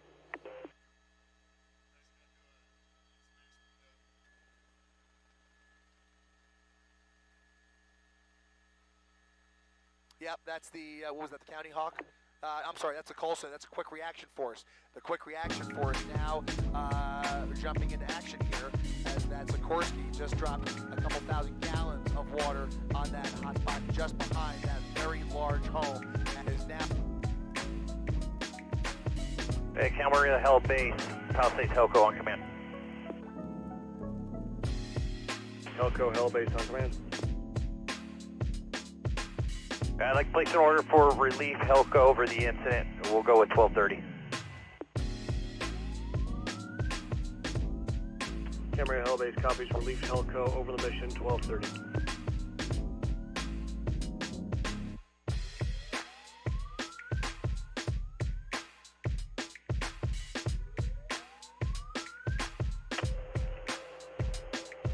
Division Victor, Palisade Communications V1.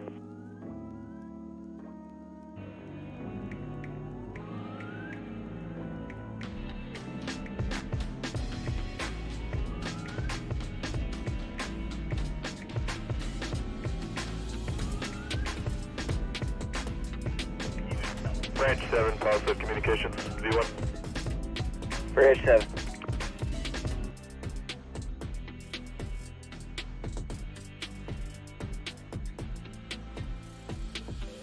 Palisade 7, Palisade Communication.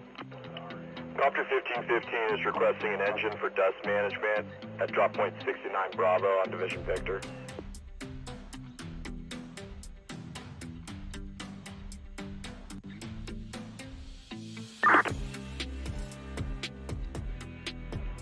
Drop point 69 Bravo, dust management. I copy. Palisade comms, LA County Field comm.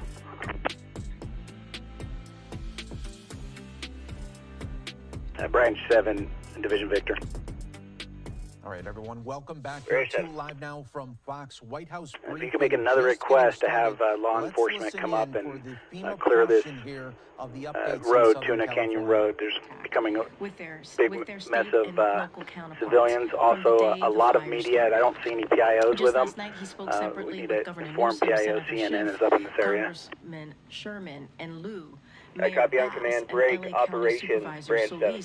And Barker to discuss the latest updates on the wildfires across Los Angeles.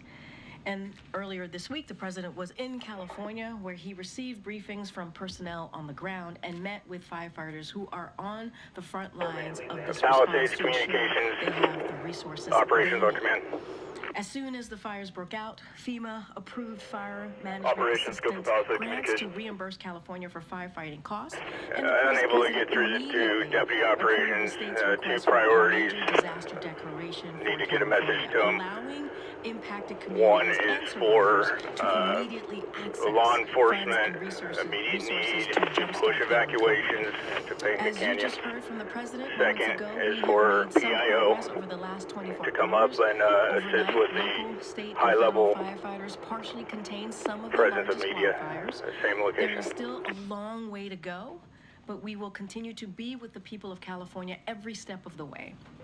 Other actions the Biden-Harris administration has taken is to support local firefighting efforts, LEO and PIO, immediate need Forest to the Service evacuation area large at air Tanga. tankers operating in Southern California with an additional Operations tanker en route. affirmative. There's still since the civilian population is impeding the ability for the resources to do structured defense. State and local firefighters. Additionally, 2 air firefighting system units are being deployed from each of the California and National Nevada 40 Alpha National training Guards, from 40 and Alpha 10 on Navy CDF Tech helicopters with PD operations, the copy en direct. route from San Diego. And I Colorado copy is branch 7 providing message assistance relayed. from the mobilization of Branch 7. aviation assets as well as And your fielding location? of 50 engine companies to assist with firefighting on the Kuna ground. Canyon at As Regati. always, we At stand the top. ready to provide further support as needed. Copy. And we urge residents in the affected areas to remain vigilant FRV and heed the warnings of local officials, especially if on you have command been ordered from to Will evacuate. Rogers. And to everyone impacted by this tragedy, please remember that we see you, we are with you, and we will do everything within our power to get you the help that you need. With that, I will turn it over Traffic to for Copter the 15 FEMA on command, go. administrator as well. The floor is yours. Thank you, Corrine. Good afternoon, everybody. FRV 115 115 on command from Will Rogers. My heart is with each and every one of you. 5 go. And I know that you continue to face these fires as they are still working to bring them under control. And unfortunately, this will probably be a life-changing event for so many of you. But FEMA is here along with our entire federal family to help you through this recovery process. We are going to continue to support the state and the local jurisdictions, the local first responders as they continue to try to contain this fire and eventually from extinguish Will this Rogers fire. on command. Can you raise FRV 115 on command?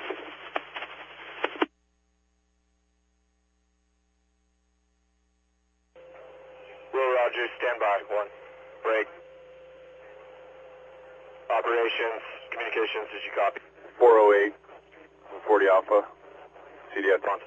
Can you copy me?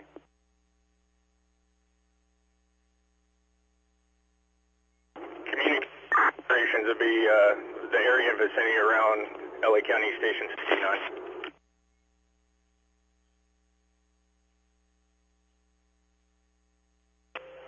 Operations, communications copies near LA County Station 69 on Topeka Canyon. Break.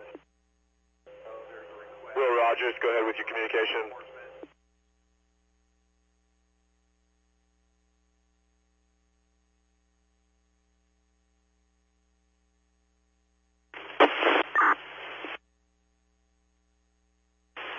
Will Rogers, 115, go.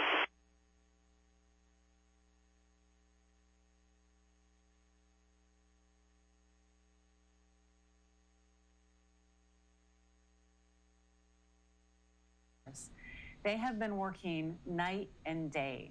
I had a chance to speak with several of them, some of them whose homes have also been lost or their families have had to evacuate.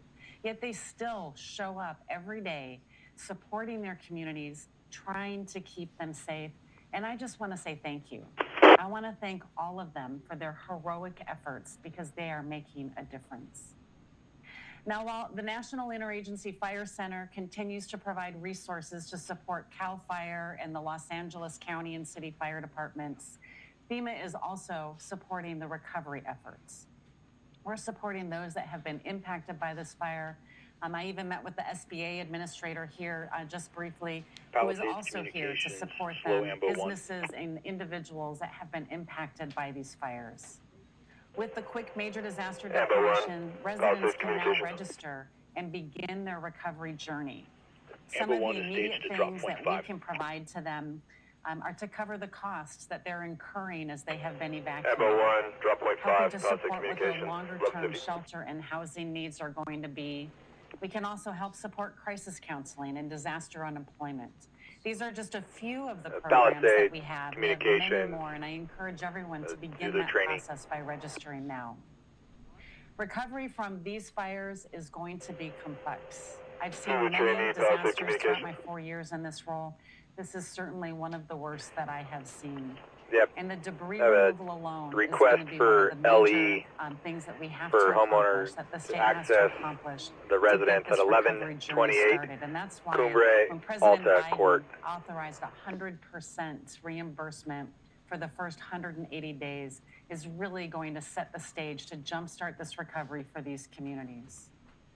I had a chance to drive through some of the communities that were impacted as well. Copy request for law enforcement response for civilian access to 1128 Alta Court. Businesses, small businesses, religious institutions. Is that affirmative? These are things that we are going to be able to help with temporary facilities like temporary schools to help get children back into the schoolhouse, but also any other emergency measures as they begin the work of permanent repair. Division Union, Branch 7 on command. Have been destroyed, and we continue to hear the numbers change, but know that this is going to be Branch 7, go for Union. Recovery for all of these individuals that Victor's 100% engaged in structured defense. Can you pop an engine to 69 Bravo for dust abatement? The entire federal family are going to be here with them, alongside them. Confirm. We do have an engine heading up there to go boost it. We'll have them look it in. If they need more help, we'll send that as well. In a way that's going to make them stronger and more resistant to the types of weather events that they have been experiencing. This recovery journey is going to be long, but we are going to be there with them to support them every step of the way. And with that, Corinne, I'm happy to take some questions. Thank you so much, Administrator. Go ahead, C.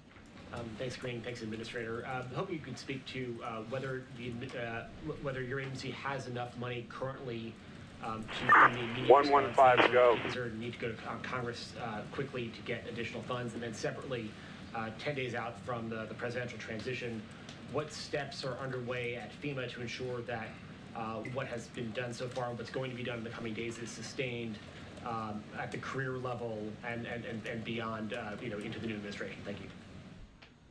Yeah, with the recent supplemental, FEMA received $27 billion. And so we are now able to continue to support the ongoing recovery efforts for all of the disasters that we've been supporting, to include now the immediate response and the initial recovery efforts that are going to be needed here in California. So we're very grateful for the bipartisan support from Congress to give us that additional funding so we can meet the needs of the individuals that have been impacted. And as far as going through the transition, we have an amazing, dedicated workforce of women and men that are going to be able to continue to support them. Our regional administrator here has worked many fires across several different administrations, and we are going to work day in and day out to continue to support them through the authorities that are given to us through the Stafford Act. Thank you. Copter 15, operations good. Questions. I wonder, yeah, we're going to need that engine for 69 Bravo as soon as possible. To obtain these, it's in motion. They're working on it. Orders. What are you doing? Copy that. We're stuck in the sink drive, and how in are the you perfect spot to get in contact with people that may need those temporary shelters? Yeah, so the first step that everybody needs to do, there's two things. They need to register for assistance with FEMA so they get in our system and we can continue to work with them on a case-by-case basis, because we know that everybody is going to have an individual and unique need, and they need to contact their insurance company because their insurance company may also provide alternate living expenses. We have a suite of tools, and one of the biggest tools and the best resources we have is reimbursing individuals for either the hotel costs that they're experiencing right now, or if they find a place to rent, reimbursing them for rental assistance. Given where we're at right now, we know that there's going to be a lot of rental resources, and that's going to be the best resource and the best tool that we have to support the families that have been impacted. But we have other tools in our toolbox. And so, again, we want to work with everybody individually because we know that everybody's situation is going to be different, and we're going to apply the right tool for their particular situation. Thank you, Administrator. I know you can't obviously put a dollar sign on this, but can you just help us put into perspective a bit how you think the cost of this may compare to the cost of other recent natural disasters? And I'm hoping you could also comment on some misinformation that's out there. We've seen these erroneous evacuation orders and how concerned you are that Staging Branch 7 may lead to people to not responding to or not paying close enough attention to actual real alerts. Yeah, it's really hard right now on the cost of the disaster to put a number on it because we haven't been able to assess how much of the infrastructure has been damaged. I mean, we know the thousands of any water that have tenders been available impacted, but the real cost of these disasters comes from how much of the actual infrastructure has been damaged, the roads, the water system, the power, but also the soft costs and the economic impact. We know that this is going to be billions. And so we really want to continue to focus right now on whatever we can do to continue to support California in getting this fire suppressed and starting this recovery process. And again, thanks to the bipartisan support of Congress, we have enough funding to support those recovery efforts and these response efforts. And as far as the misinformation and the alert that went out, I mean, we want to make sure people are getting timely and accurate information. And I will defer to the county for the specifics on what they're doing as far as that alert, but know that it's part of our wireless emergency alert platform that FEMA offers to state and locals, and we are providing technical assistance to them to make sure we can help them understand what happened and ensure that it doesn't happen again, because we have to be able to send out accurate information so we can give people the right information and they know to believe it. Good job. Administrator, the president from FR 115 earlier and yesterday to, I guess, some misinformation about the fire hydrants. Can you just spell it out clearly?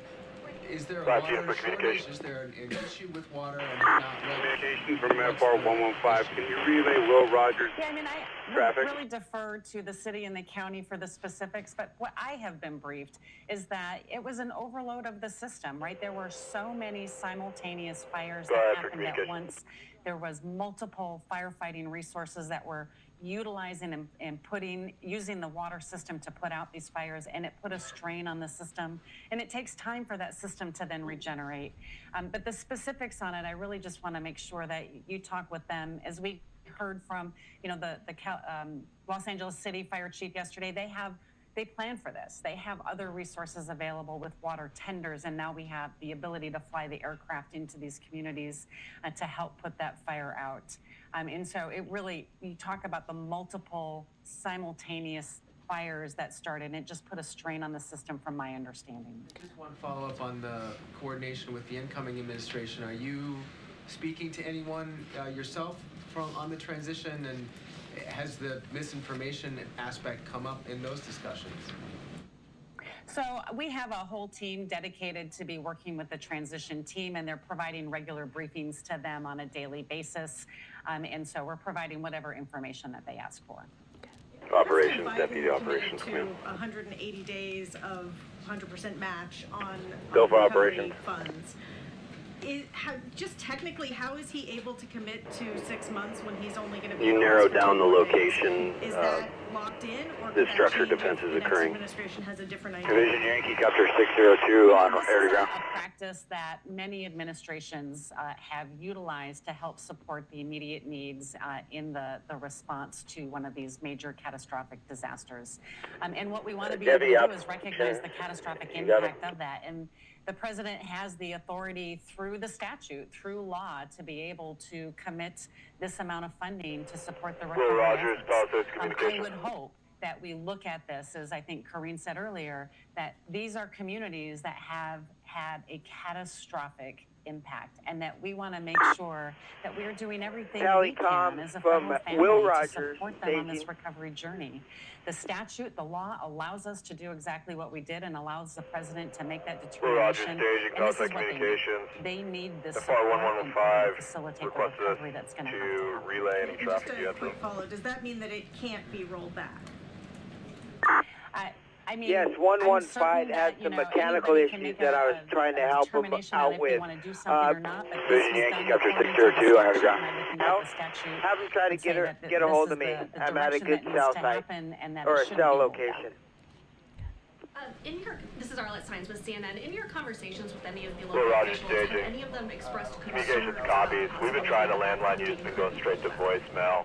Are you able to landline us for communication? I've gotten the question from several people about what's going to happen with the transition. Yeah, I just cruised by my firehouse. Can you landline me at 310 disaster response 575 around the country, not just this administration, but the previous administration and every administration before that. And the actions that we have taken in this administration are no different than the types of declarations that have happened before. And I, want to assure Deputy Operations, that Operations the V1 Stafford Act that gives us the authority to provide these declarations is one that has withstood since 1979, and we will continue to implement it we copy the traffic. Thank you. Kelly Administrator Kelly O'Donnell from NBC.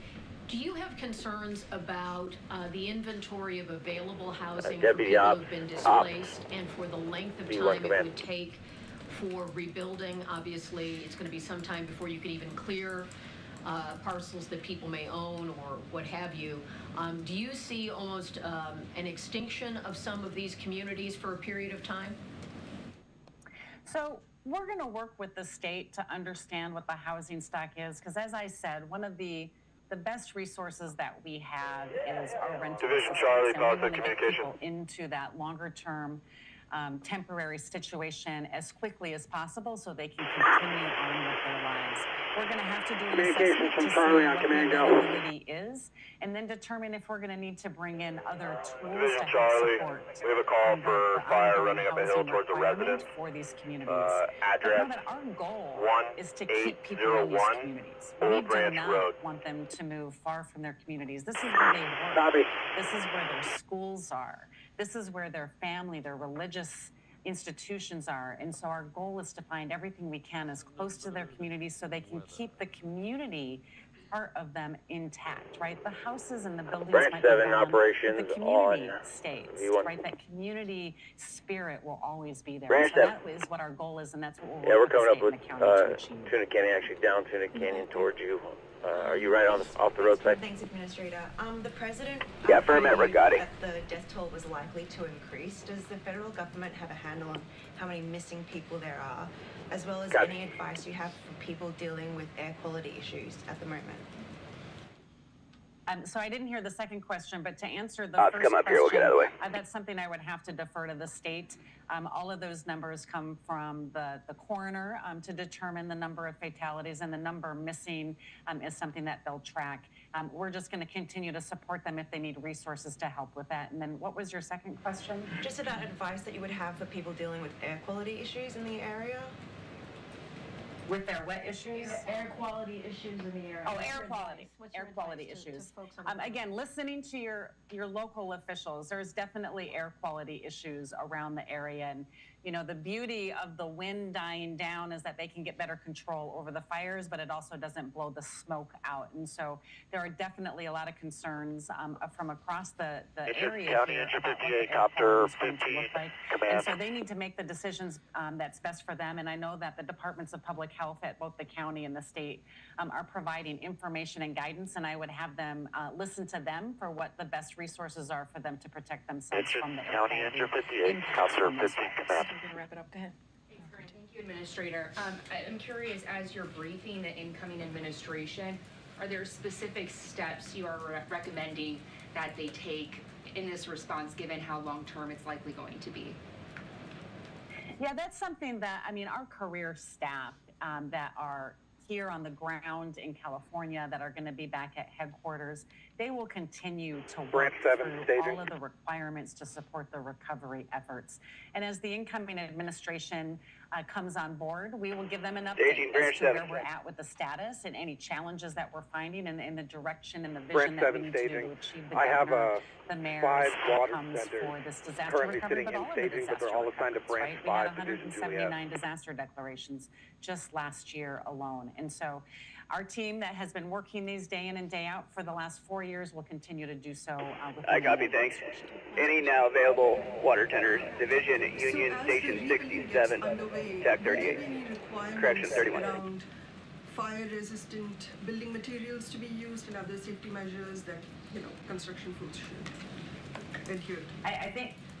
I just want to make sure I heard the question. As the rebuilding begins, are there going to be requirements on how they rebuild? Did I hear that right? I'm sorry. Yes, on fire resistance. Yes, fire resistance. Yeah, so one of the things that we can do to help support these communities is we do have mechanisms through our mitigation programs, whether that's in the public infrastructure that's getting rebuilt or through our hazard mitigation grants that the state can offer. As they rebuild, we want them to rebuild in a way that helps make them more fire resistant. And so we encourage the use of that flexibility within our authorities to make sure that these communities are stronger to face any future events that they might see like this. Okay. All right, Administrator, since we have 10 days left, I wanted to be sure to say thank you so much for your service. It's been an honor to work with you. Please stay safe in California. And again, thank you so much. Thanks, Corinne. Thanks, everybody. Oh, I have actually two more things, and then I'll get to questions. So I'll quickly turn to Venezuela, where Maduro... All right, so that was the FEMA portion with the White House briefing. They're getting some important updates on the federal response as these ongoing measures continue to be put in place there for Southern California. Let's go now back out to Fox 11 LA coverage as they continue to give the fresh updates on this massive fire situation out there in California. We need to fight for what we need to. That is my job as the fire chief of the best fire department in the world. In December, you wrote that memo. You said that these budget cuts were going to severely affect your department, from everything from brush clearance checks to make sure homeowners were doing what they needed to do, to fire hydrant checks. And yet you heard the mayor just yesterday say, no, those cuts did not affect the ability to serve and would not have changed anything in this situation. What is going through your mind? And I know this is difficult. There are a lot of politics at play. Branch 7, Division Tango.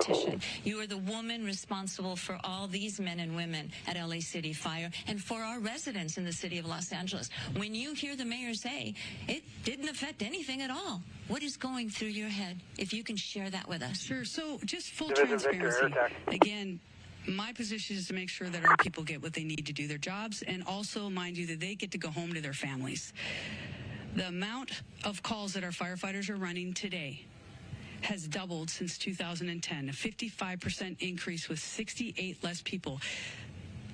Full transparency, this isn't a new problem for us. Since the 3 years that I've been in the seat, I've sounded the alarm to say we need more. This is no longer sustainable.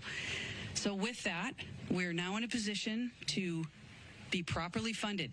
We are screaming to be properly funded to make sure that our firefighters can do their jobs so that we can serve the community that we took an oath. But when the representative of the city says the cuts that were made and signed did not affect the response to the fire that is being criticized, the response that is being criticized by so many people, what is going through your mind? Yeah, just again, the full transparency of the documentation, of being able to sound the alarm. Does it make you mad? I don't know if it makes me mad. In the end, that is my job as a chief, to make sure that my voice is heard. And my voice is amplified from the needs of what our people need to do their job. So tell the city, tell the residents, tell the people that are out there. I mean, thousands and thousands Deputy of operations and they're on looking to V1. blame someone, and it's not the Santa Ana winds necessarily. Right. They are looking to blame administrators. Right.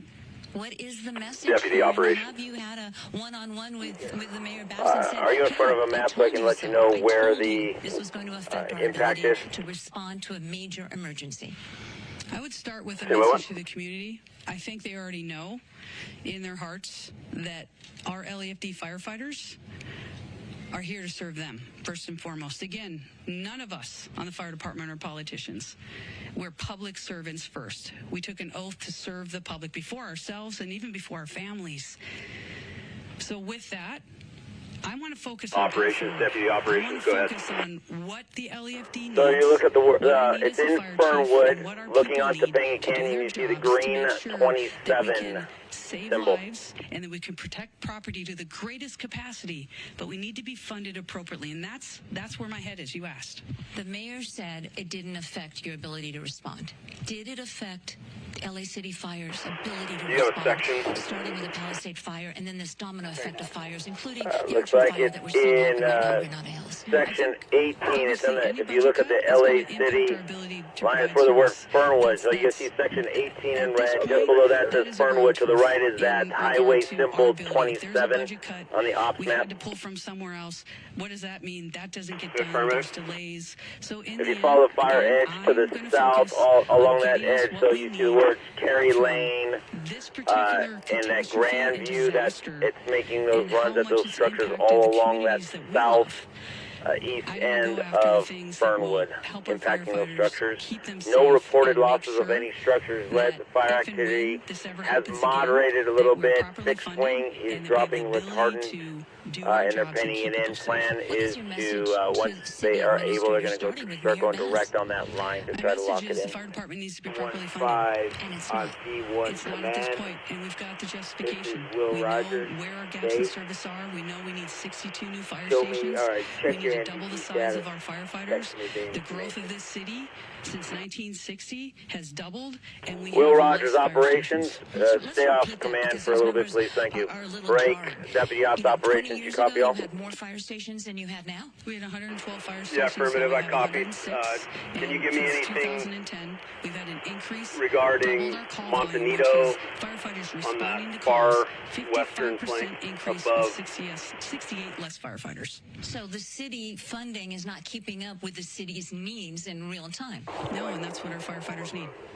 I'm going to ask you again. I'm going to continue So pressing. in the Montanito area, still backing down into the Montanito area from that Yuma Canyon. Crews are still getting work in there. As well, also talking, switching sides to the Mandeville side. That's the piece of the line that is moving north on Sullivan Canyon. And moving around, we still have activity all along that north edge division. Alpha as it runs parallel, or let's say east to west, and then as it cuts down, there's still activity there. Anticipating due to lack of resources and terrain and fuel, look, it will eventually probably get to Dirt Mulholland. And we're looking to hold it in the ridge system to the west of Mandeville Canyon. As a chief is to take a big step back and understand where and how can we better serve the community. Yeah, copy. So it has not progressed or crossed over the Mandeville Fire Road, correct? Identified early. My team yeah, negative west Mandeville Fire Road is still to the drainage system to the west. So it has not reached the Mandeville Fire Road as of yet. Budgets that are easily justifiable based off of the data, real data, shows what the fire department needs to serve this beautiful city and the beautiful community. Deputy Ops Operations, for more priority resources for Foxtrot and any cruise golf would be Division Victor or Branch 7 to keep it out of these structures here. And then also the Montanito area is the closest impacted structures. Then the last priority of perimeter control would be the Mandeville area. That we are seeing now with thousands and thousands. Start that last one over again, please, Kristen. Of structures, homes, businesses lost. Would the outcome just looking for priority for any resources, type 3s, type 6s, and crews. First priority will be Branch 7, which will be utilized in Victor in uniform. And then the second priority will be Branch 1 and 10 equal to cover that Mandeville side and the top side, the north end of the fire. And people don't listen. That's why I'm talking to you right now. I copy. The fire department needs to be funded. Priority. So that I can look any community Branch 7 and say, for Charlie's, Foxtrots, and Golf. And right now you can't. Second priority, Branch 1 and 10. And how does that make you feel? This is the burden of command.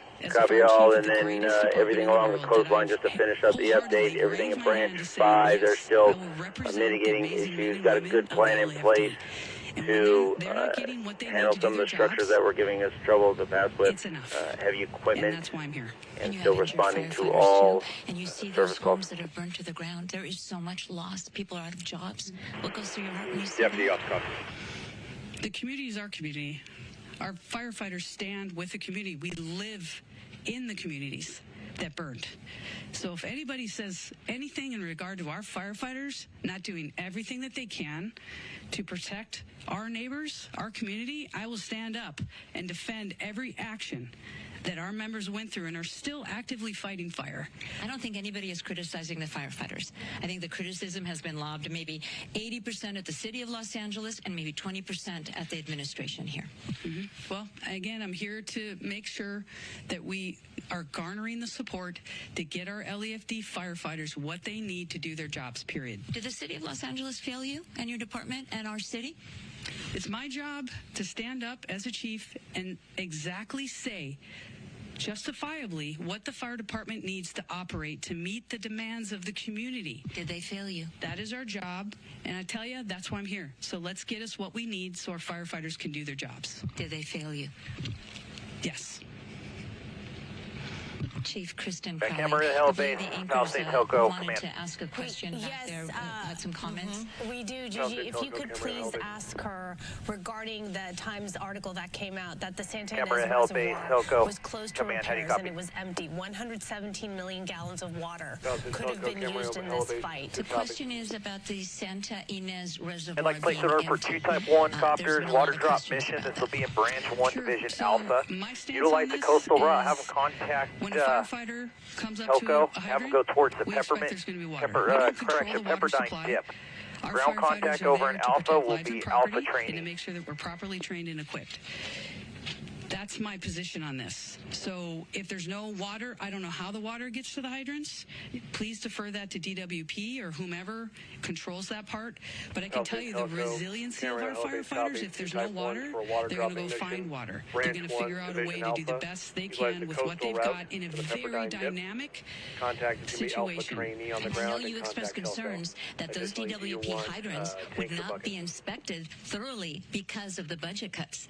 Tanks for now. We'll take whichever one you want to send us. We can utilize both. They can plan on using the Stone Canyon dip or Canyon dip over off of Division Alpha. But in the end, you know, I'm going to defer that to DWP and whomever else controls the supply. I can guarantee you that when our firefighters showed up on that day with what they had, they did absolutely everything they could do to rescue and to save people's lives and property. And that's the bottom line. Now let's get them what they need to do their jobs. And so let's get them water, Chief, because I was with your firefighters and they literally were watching a house burn down with pain in their eyes, not being able to do anything except pull water from a swimming pool to try to save a nearby structure that wasn't burning, and literally watching a house burn to the ground because they had no water. That's exactly right. But did they continue to work? And did they continue to do what they had to do the best they could with what they had? Yes. Chief, follow-up. Thank you very much for talking to us. We appreciate it. I believe we have a follow-up question from the studio. Question on that reservoir issue. Is the fire department aware of when these resources are depleted, just like that reservoir had no water? Was she aware of that fact, that it was under construction and there was no water there? Sandra Endo, one of our anchors, wants to know if the department is advised that the Santa Ynez Reservoir was going to be emptied. Were you aware that there was no water there? No, we weren't aware of that. They don't have to advise you? Not that I'm aware of, no. So you had no idea that there wasn't such needed resource? No. Operations, Deputy Operations.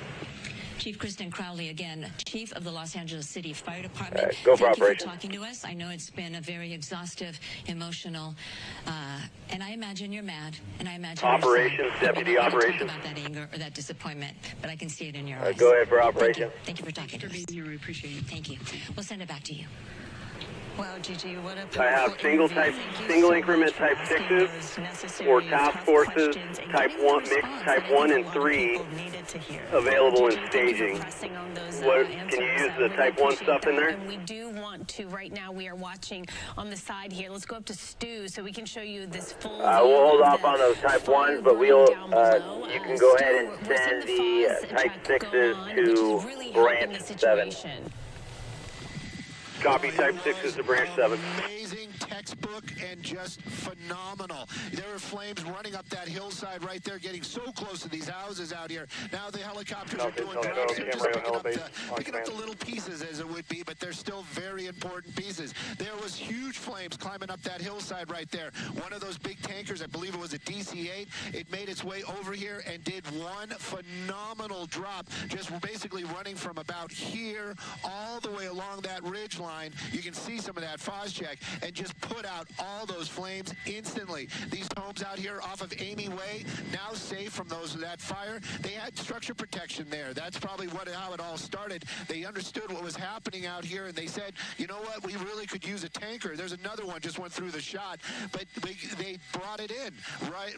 They got the lead plane. They were out here dropping the Phos-Check. They brought it in, and they put out a majority of that fire. Those helicopters, they're probably going to stay stay around. They're going to do a couple more drops. Once the fixed wing are out of the way, the helicopters make their way back in. Still a bulk of fire down low, but with all that flame retardant on that hillside, those homes, I would venture to say, are safe. This is all happening and playing out here. This is going to be Topanga Canyon, but this is still definitely part of the Palisades fire. I'm going to just do one quick little thing here. It might be a little difficult. I just kind of realized I've talked myself into a box. This is one of the hot spots out here in the Palisades area. That's some of that burn. And of course, as I pan, there's probably plenty of homes that have been destroyed. But look at all that devastation as we make our way back over this way. And there are so many hot spots out here that, you know, I just wonder how the fire department picks Branch 7, deputy operations. To take out. That major Branch one that we see right there, that's going to be the big one that's over by the actual. I'm going to be sending you 6 single increment type 6s. What division? And look at all that vegetation up here. This is Division Victor, Station 69, CDF TAC 38. They may lay some more down out here, try to stop it, but this is that firefight, and it continues. The winds have lessened. Confirm the station again. But as far as some wind, Station 69, OB, Topanga Canyon and Grandview. Right now at the Pacific Palisades area. Back to y'all. All right, Stu, thank you. As we watch that and keeping an eye on things, of course, we will throughout the day. Now, for those who've been impacted by the fire, let's talk about this. Their thoughts, of course, are undoubtedly turning to Deputy Operations insurance claims. That's the reality. Division Tango, Branch 7. Many people thinking, where do we start? So to help us sort it all out is California Insurance Commissioner Ricardo Lara. Thank you so much for your time during this very troubling situation. Division Tango, Branch 7 on command. And provide some clarity and some direction. Branch 7, Division Tango, go ahead. Are really impacted and devastated. Do you have all 6 your water tenders engaged? Tell us about the moratorium you did announce today. I ended up with 4 water tenders. I have all but 1 engaged. In case Correct. people missed it earlier. Correction, I have 1 engaged. I can give you 3. And the policies being I copy. Contact Division Uniform for reporting location. 2 water tenders, Division Uniform. Once the governor declares a fire, a state of emergency, then it allows me to use my moratorium authority to ensure that for 1 year, policies... Will Rogers staging, Deputy Operations. And of course, we are amending it as these fires continue to grow or expand, unfortunately. Then for 1 year, an insurance company cannot cancel your policy or not renew you. That is to give you some peace of mind as we're trying to assess the situation and give you some grace as we're making sure that you take care of yourself. And insurance, you know, could be something that comes after the recovery. We just want you to be safe now. Yeah, but that really, you know, doesn't help for those people who have already had their policies canceled, which has been the big story for quite some time. A lot of these canceled policies. Okay, I got the bill. Appreciate it. For homeowners that is the operations, man. Absolutely. So, you know, this is for what this means is if you received a non-renewal from your homeowner's insurance company between October 9th or January 7th, essentially within 90 days, your insurance company should do the right thing and retain you as a policyholder, as I said. For folks that may have not have a Division Uniform, insurance, Division Tango, command. There's still resources and services that we can look. The issue here is that the insurance policies are so individualized to the individual home and property. So this is why it's Tango, go for uniform. To hear from you, see your documentation, and they can call us. I'm going to be sending you 2 water tenders. What's the reporting location? Attention and look at your documents. Okay, so in addition to that, you guys are doing these insurance support workshops. You mentioned this earlier today as well. Talk to us about what people can do when they attend these workshops and how useful that information will be. Absolutely. This gives us an opportunity. Yeah, copy. Thanks for sending them. Have them report to Fire Station 67 but we're moving forward and get uniform training west on RTAC 31. So this gives us an opportunity to have you meet one-on-one with our insurance experts and then connect you at the same event with your insurance policy, with your insurance company, I should say. Tango copies Station 67, contact Uniform Tango West on TAC 31. I'm on foot right now. I'm going to meet with them face-to-face and send them away. That's why it's so important for you to book an appointment, bring your documents that are critical. We'll pick them up when they get here. We're having one January 18th and 19th at Santa Monica College. Will Rogers Staging, Deputy Operations. For the Eaton Fire in Pasadena City College. And again, this is a one-on-one opportunity. We're not going to turn away people who walk in. We'll stay there till we attend to everybody.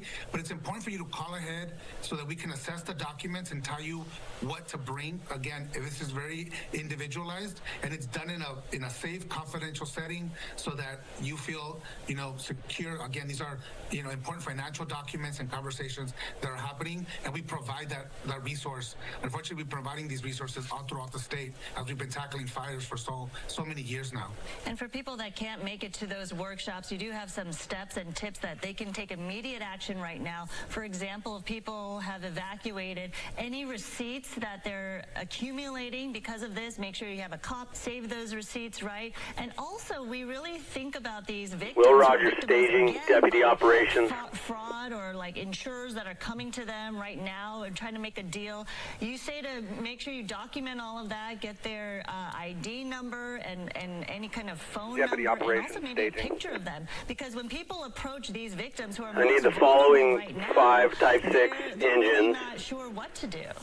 to report to Branch 7, Division Victor, Station 69, on TAC 38. Working with our local police force and enforcement agencies to make sure we start catching these. Unfortunately, something else that starts happening. Station 69 is at Topanga Canyon, cross of Grandview. Making false promises, or will make you commit to Engine SCA 682, SCA 683, QVT engine 644, 4 Mile engine 33, WYCO engine 1. Call us. Even if you can't make the event, give us a call. We'll assess your situation. Another tip that we're telling folks is maybe you're adjacent to the fire, maybe you haven't been evacuated. Start taking pictures of your property, of your valuables. That helps through the claims process. And also, Deputy you might want to Operations create an independent, separate email that is just dedicated for your SCA, negotiations with your insurance company. Sam Charlie Alpha 682, Sam Charlie Alpha 683. Just centralize that documentation so you could bring that to the workshop and also use that during the claims process. Yeah, for all your records, those are really important tips and things that people can do immediately right now. Well, that was one of the things right before people were leaving their homes that they had to evacuate. We saw some people going around their home and taking videos of, what the layout is, what they have, what their possessions are even. So these are steps you can take way in advance before you even have to face a situation like this. Correct. It's critical that we be proactive, especially as we're reminded of just the devastation, and we don't want people making these decisions under duress or the trauma of what they just experienced. Thank you so much for your time, California Insurance Commissioner Ricardo Lara. We appreciate you taking the time to be with us this afternoon. Will Rogers Staging, Brush 33. All right, you are looking at video of all the damage left behind, obviously, by the Palisades fire. It's still just so Yeah, we're up here getting fuel at the fuel truck, and we'll go back down and tie in with you there at the main everything is leveled area there, where right there, just going up into the Pacific Ocean. And I believe we are looking at the brush fire that erupted I'll in be on the Granada southern Hills end of just the Will before Rogers 10:30 this morning. parking It lot, prompted evacuation south of orders the for that Mescal area. Canyon The Road. Archer fire burned a few acres near Ceston Boulevard and Meadowlark Copy that. Avenue We'll talk near about fuel. O'Malley We'll see you Park. shortly. And thankfully, crews quickly attacked this. Helicopter drops arrived quickly. They were highly affected. That fire was Air attack, Human 401B1. the aftermath of the Archer fire, just one after it sparked, no one was hurt, and the evacuation orders were lifted. And part of the reason why they LA air attack 1401B1. and extinguish, yes, they got there so fast, but the winds really have been diminishing, and that is such great news as firefighters are taking advantage of the change in our weather. Winds have been gusty at times through the usual areas, the mountains, some of the canyons and passes, but nowhere near where they were a couple of days ago, and certainly not even as late as yesterday. LA air attack 140 just transitioned with a Bravo 5 with air attack 5 2. Air attack 140 is now the Palisades to air attack. I'll need a relief air attack on station 1530, 1530. At some much better weather conditions for fighting that blaze. Notice the arrows, though, still coming from that northeasterly direction, so we still have that offshore flow and that Santa Ana wind. However, not as gusty. And LA air attack, can I get a 3 count? You're very low modulation. The wind gusts still occasionally getting up to about 40 to 50 miles an hour, but we do have those high wind warnings still in effect for another couple of hours or so, and those red flag warnings for the fire danger will continue. Okay, now I got you loud and clear. Do you copy my traffic? Air quality certainly very bad out there, so please be mindful of that. Very unhealthy conditions, so please limit. Okay, 140 is now the Palisades air attack. Air attack 52 is recovered to Van Nuys for fuel. I'm going to need a relief air attack on station 1530, 1530. Can be that we will see that situation basically anywhere across Southern California, so we need to stay vigilant. The smallest yeah, sure, give 10 minutes. Fire, and it will spread rapidly under these weather conditions. As far as the wind warnings, they've actually been expiring. Operations Palisades air attack on V1. Empire. Now it looks like it's just really concentrated into parts of the Yes, sir. Just did a transition with air attack 52. Air attack 140 is now Palisades air attack. I got all the priorities. Reach me on this frequency if you need anything, and I'll come up on the branches on air-to-ground command. Was allowed to expire actually just a few moments ago. I was expecting it to continue till 2 p.m. So that is actually good news. That just occurred here very momentarily, just a few minutes ago.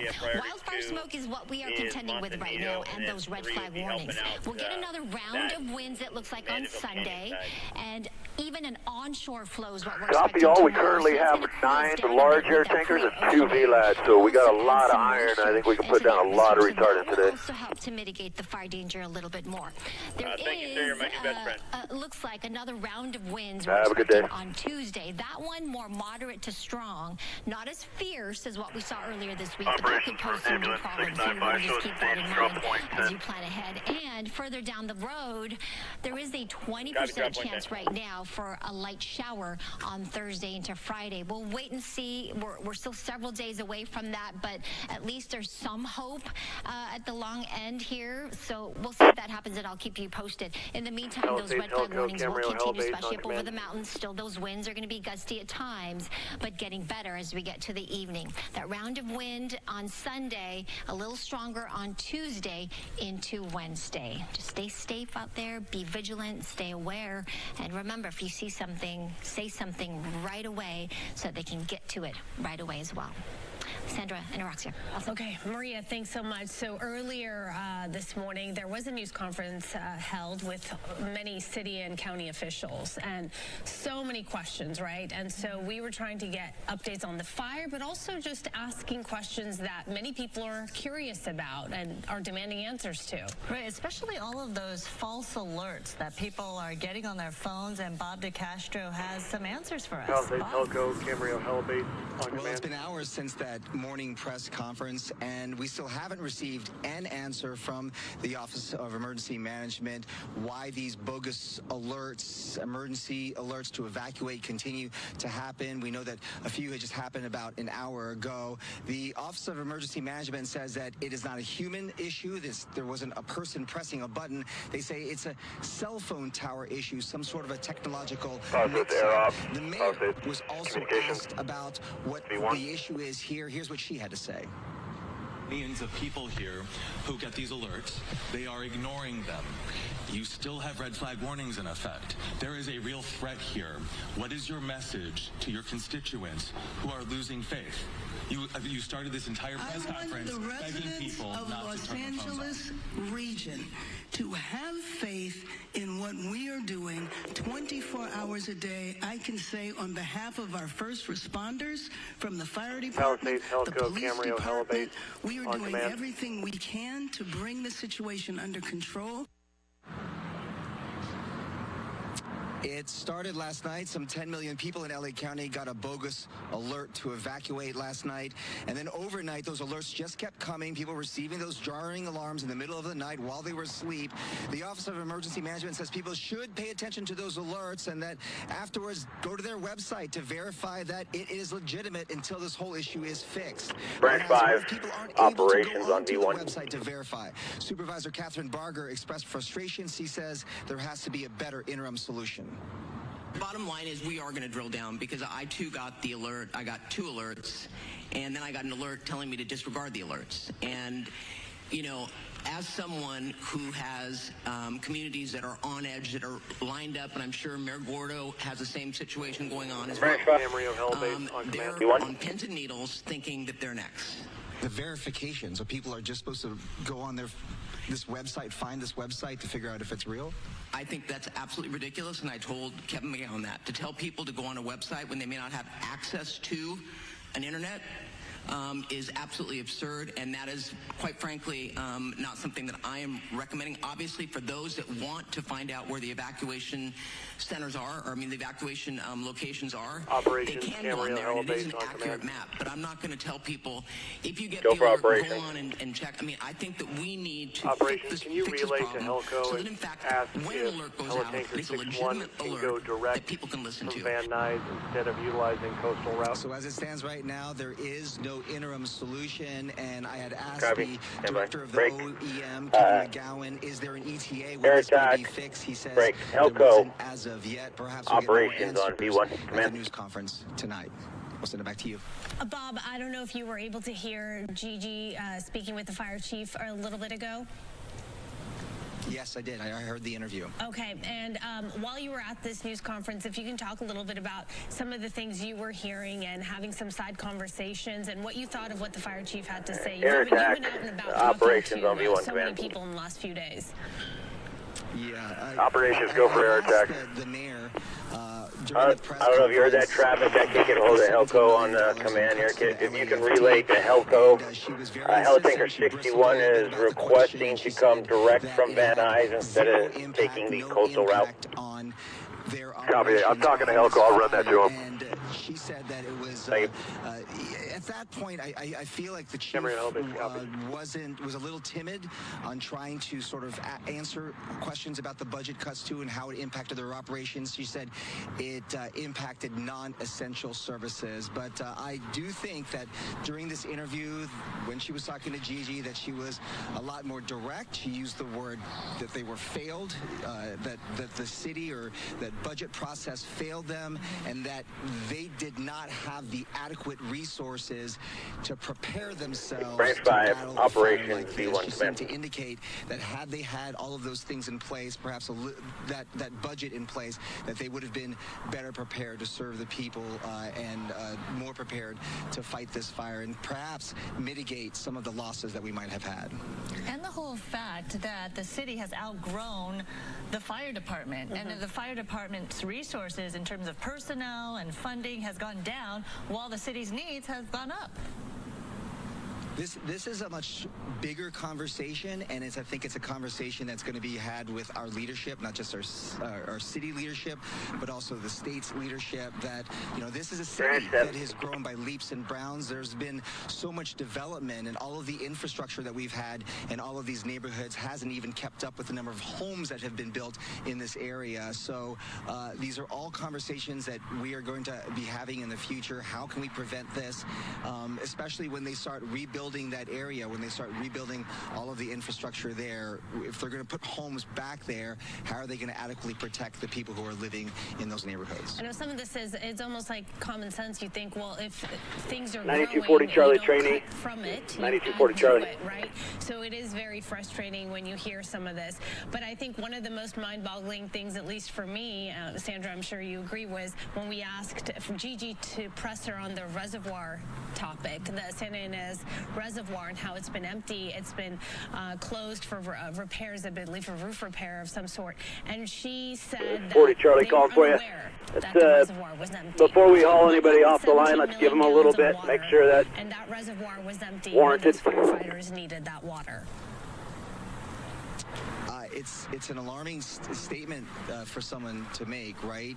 Especially when they said that, you know, we knew well beforehand that something like this was going to happen. And you heard Caruso talking about the lack of water in reservoirs and how that could have helped a situation like this. You have to wonder, you know, how prepared were our leaders before this. So those are more, you know, they need to continue to ask those questions and figure out what fell through the cracks there.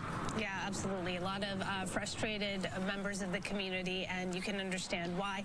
Bob, thank you, which leads us to this. This has been circulating. I'm sure many people have come across this online. A new change.org petition, which is calling for Mayor Karen Bass to resign. Critics say she failed due to lead during this devastating time, which has 4 miles, 63 up on 1. Mode. Petition organizers are accusing her of mismanaging disaster funds, neglecting basic resources, and being absent when leadership was needed most. That petition demand for her resignation, a full investigation, and a better disaster plan.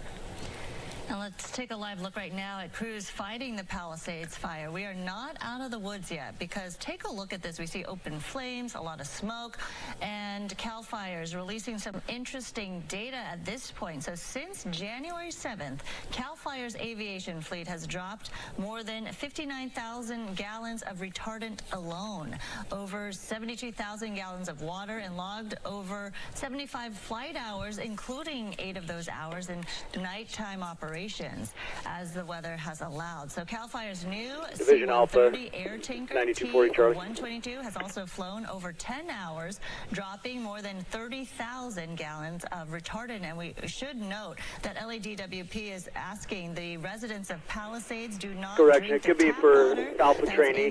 There's some confusion. Were the rotor wing held off, or will they be coming over to give us a hand? Adjacent communities there with the service areas north of San Vicente Boulevard. Again, don't drink the tap water, resort to bottled water.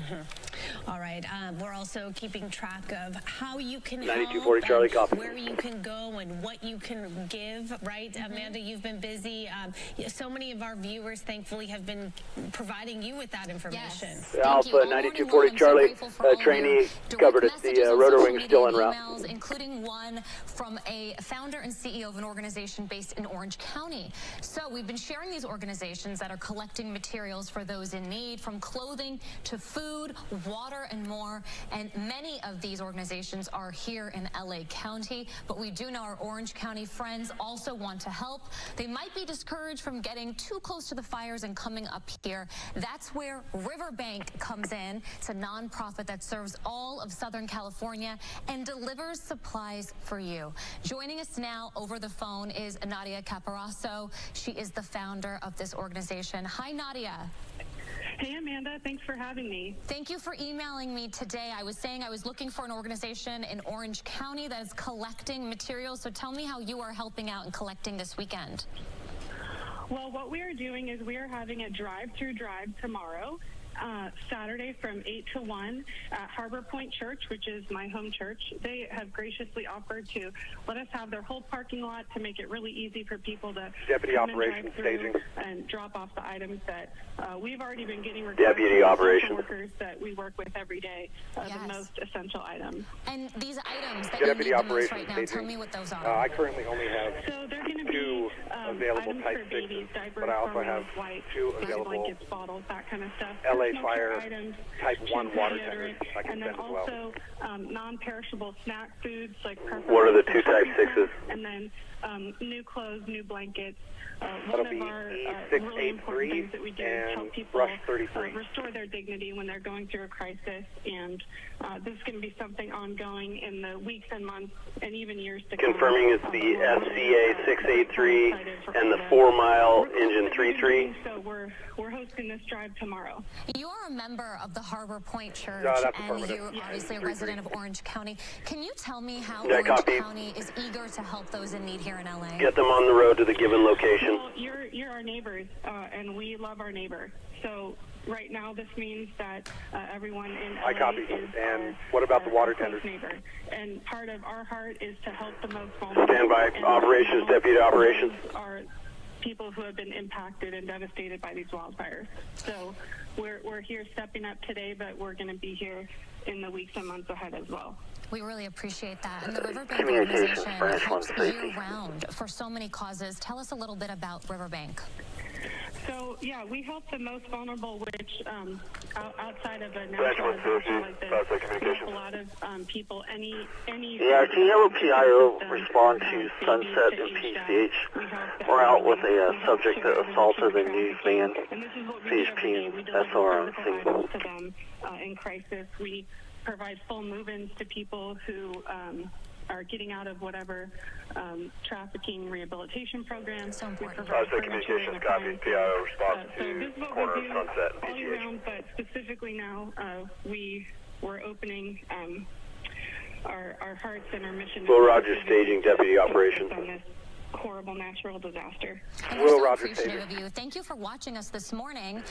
We put the call out What to type are the water tenders? to help give us a location where residents down there can donate. And you emailed me right away, and I want to thank you personally so much for doing that. So we're going to put the information on Staging. Staging. They're both type 1 tactical.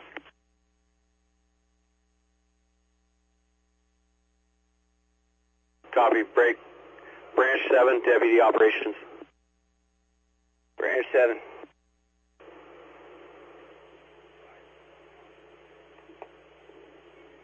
Only 2 of the 5 type 6s are located as of now. I'll work on the other 3.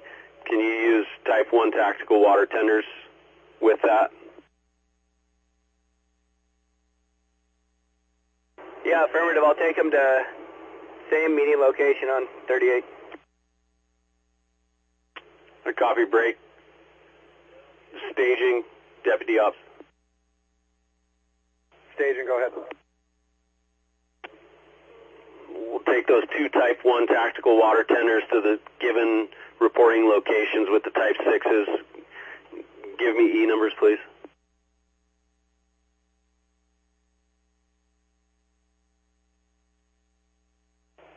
Deputy operations staging. The E numbers for the type 1 water tenders are E118 and E554. Yeah, I copy.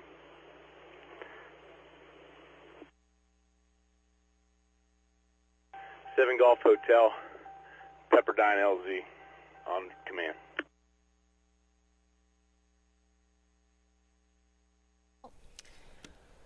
Okay.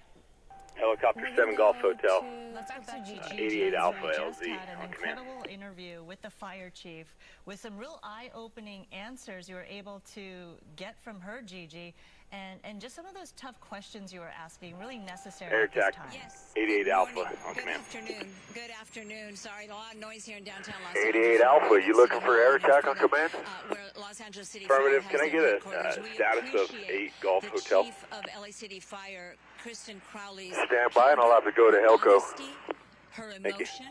Today she spoke out. These have been trying times for the city fire department, which with the city of Los Angeles has come under fire and a lot of criticism about the way these fires have been handled. But the chief, during our interview, showed me memos that date back to the 3 years she's been in office, where she has been addressing the budget issues, where she has been addressing the concerns she had. She spelled it all out in those memos. The budget cuts that the city made, especially in the 2024-2025 fiscal year budget, she wrote would severely impede the fire department's ability to respond to emergencies like wildfires, earthquakes, and more. As a matter of fact, she says they're underfunded, they're understaffed. According to firefighter requirements, the industry standard, you have to have 1.8 firefighters per a certain amount of residents in a city. Well, LA City Fire failed that. They have half the firefighters that we need in the city according to industry standards. And all of this was shown to me and backed up with documentation. We discussed the criticism. We discussed the response from LA City Fire. And most importantly, we discussed the fact that many people say the city of Los Angeles failed our fire department. My message is the fire department needs to be properly funded. And it's not. It's not at this point, and we've got the justification. We know where our gaps in service are. We know we need 62 new fire stations. We need to double the size of our firefighters. The growth of this city since 1960 has doubled, and we have less fire stations. Brush The fire 33, department needs to 683. be funded On one, yep. so that I can look any community member in Yeah, the this brush eye 33, and go. say, your LAFD's got your back. And right now you Hey, can't. did you see 4 miles sitting right there in front of you, I think, in that red type 6? Yes. This is 4 Mile, we are brush Fail 33. you. Yes. Those are very strong words for the fire Okay, copy. chief, To get those but instructions, she is facing it to go to head-on. Topanga She Canyon, knows about the criticism that and is it's going to out be at there Grandview.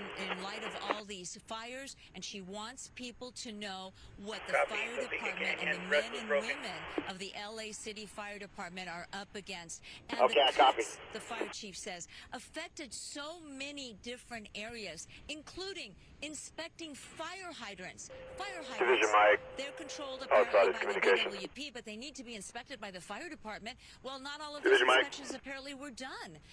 While the brush clearance, firefighters literally go to your door Division and Mike. make sure that you've cleared your Outside of brush and that your communications. house is safe in Reports case of of a a major emergency. spot She fire. laid those things It's out going to in a be at memo dated December of 16706 2024, Monte just last Alto month, Place. and in memos dating back to Residents calling from their 2023, backyard. that in case of an Looks like it's emergency, the fire the address is up department near would the be island, severely right there in the middle of the hindered map between responding you and the way Yankee. they would need to respond. Did the city fail LA City Fire? Mayor 8 Karen Golf Bass has Hotel, clearly 88 Alpha, said command. that the Communications, you're cuts broken. made to Can you the repeat budget that address? did not affect the response. I think the fire department begs to differ. Reporting live from City Hall and Los Angeles City Fire Headquarters. We'll send it back to you. Helicopter 8 Golf Hotel, 88 Alpha, command. Memo dating back a couple of years now, at least from what we could see. Palisades Communication, Division Mike, can you repeat that address? Where those memos were laid out, asking for more funding, and what really stuck out in my mind was the fact that she said, And Helibase Copter 7 Golf Hotel. but the department has been cut back. So it's not keeping 7 up Golf with the Hotel, pace of Camarillo. growth of this Division city. Mike, Palisades Communications, address is 16706 Monte Alto Place. Can you repeat? Are you trying to reach the Helco? 7 Golf Hotel, Camarillo, Helibase. We were trying to find your location. Yeah, we're coming into Pepperdine right now for the dignitary flight. Helibase copy. Thank you. Palisades Communication, Division Mike, you were walked on. Can you repeat the numerics? Affirm, Division Mike. 7 Alpha Hotel, Palisades IC on command. Area of that island right in between you and Division Yankee.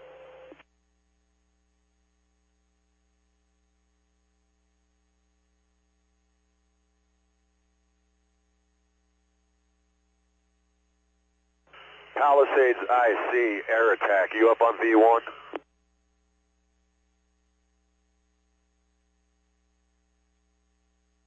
IC Copter 7 Golf Hotel, command.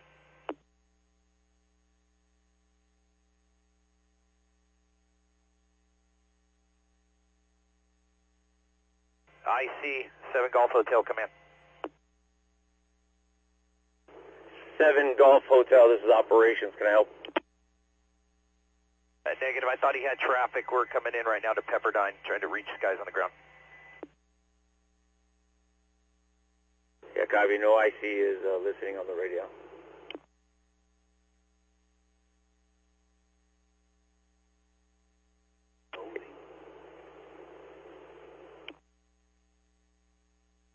Palisades air attack, did you? Yeah, 7 Golf. That was probably LZ, landing zone LZ. LA, negative traffic, Palisades air attack. Copy.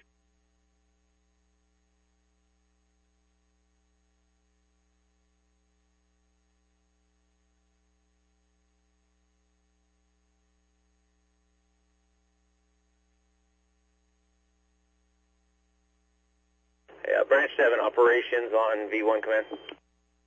Branch 7.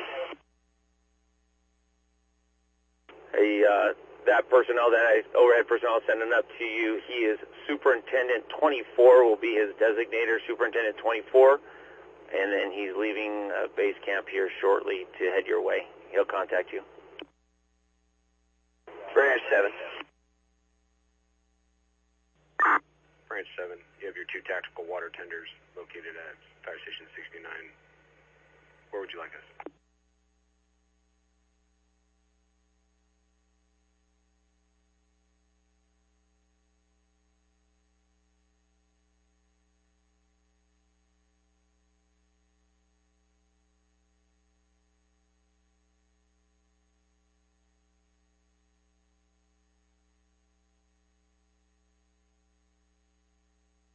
Operations Deputy Officer.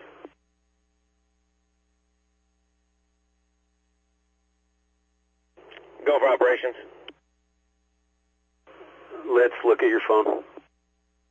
Copy, I was responding. Answer, I'll explain later. We're going to utilize him in Branch 7 to help out. I'll explain later.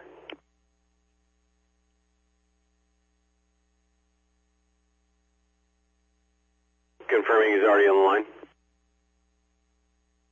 He will be. I just spoke to him a little bit ago. He was at base getting situated, and then he's going to go and tie in with Branch 7. Both Branch 7 and he are notified or they're in contact. Copy, thanks. Also, he was going to be Division Mike in Branch 5. However, we let Branch 5 know he's not coming into him today. Copy.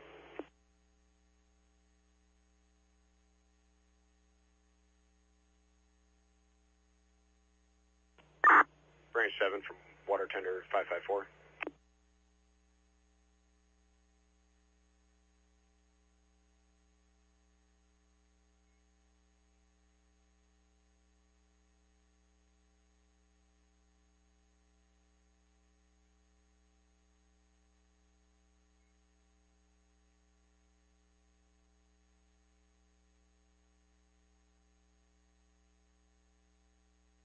Deputy Operations, Will Rogers staging. Deputy Operations. Will Rogers staging, Deputy Operations, go ahead. Deputy Operations staging. I've acquired one more Type 6 engine, if you'd like them to respond to Station 69 as well. Is that a Type 6 strike team or just a single increment? This is just a single resource. As of right now, 2 Type 6s are en route and the 2 tactical water tenders are there. Okay, the 2 tactical water tenders. Stand by, I'll give you a call.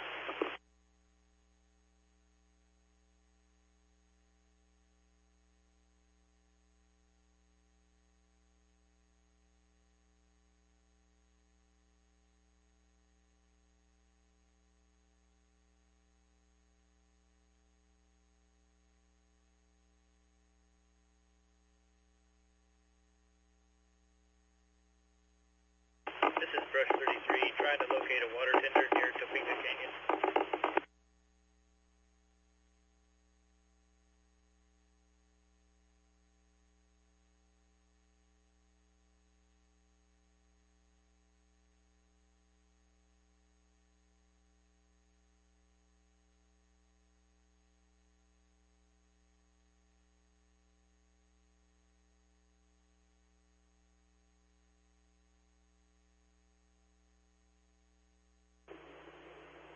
Staging Deputy Ops. Go with the identifier of that Type 6. Erwin, can you pump those way again?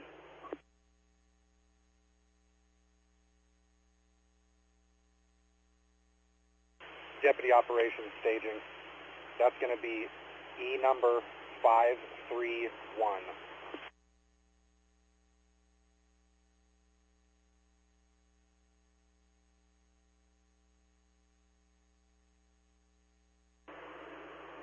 Can you confirm if it's one of the 5 that I gave you previously?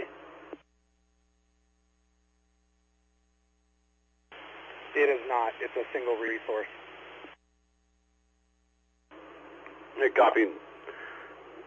Get right back to you on that one.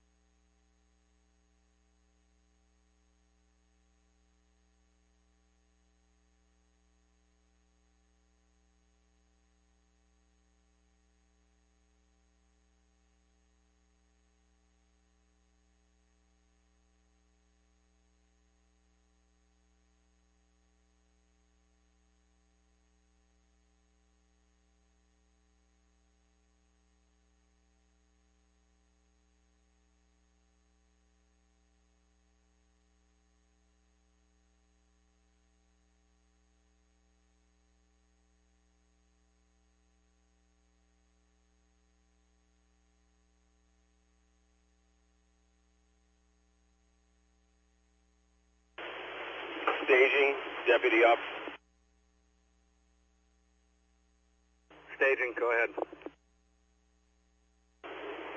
Echo 531 is in fact one of the original 5 that I gave you. Have them report to the given location I gave you earlier. I copy that. They're en route. Copy.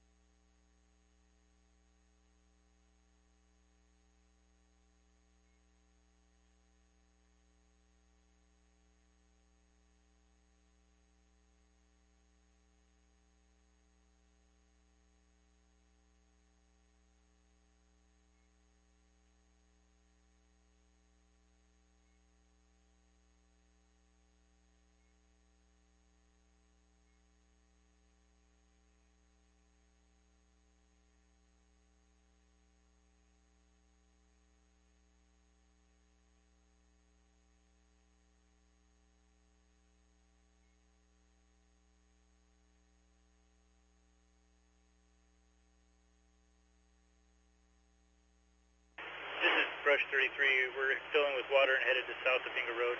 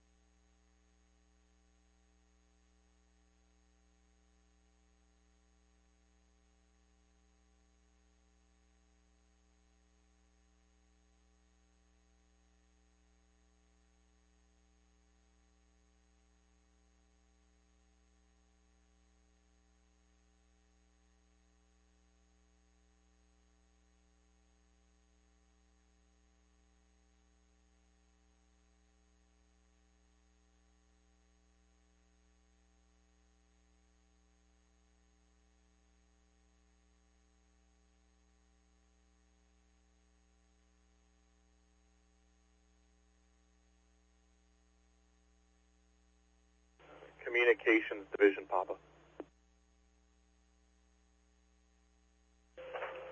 Division Papa, Palisades Communications. Palisades Communication Division, Papa. Request Spectrum representative to Big Rock Drive crosses PCH for a low-lying communication line. Additionally, resource request when you're clear to copy.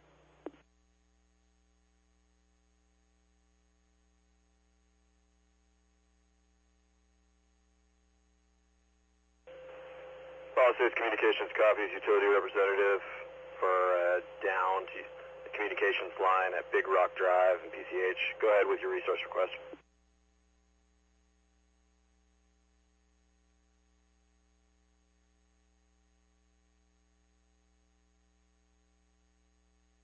Palisades Communication Division, Papa. Like a runner to report to drop point 70 to backhaul trash, as well as 5 porta potties, 5 hand wash stations, 1 roll-off dumpster to be delivered to drop point 70 as well.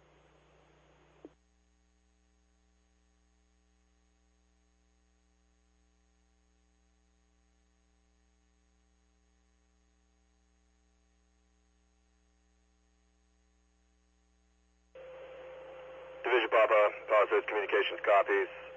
Backhaul trash, drop point 70, as well as 5 porta potties, 5 hand wash stations, and 1 roll-up dumpster. Do you have a size on that dumpster?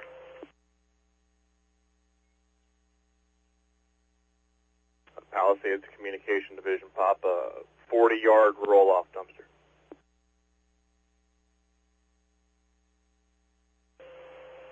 Palisades Communications copies, 40-yard roll-up dumpster.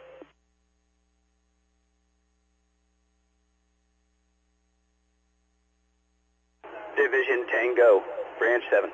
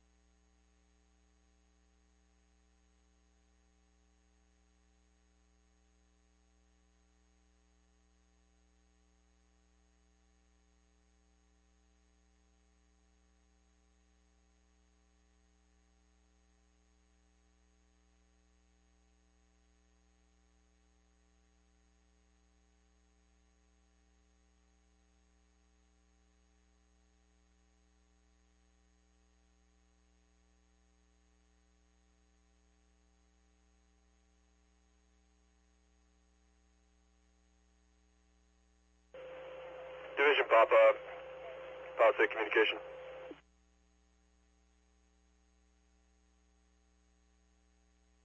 Palisades Communication Division, Papa, go ahead.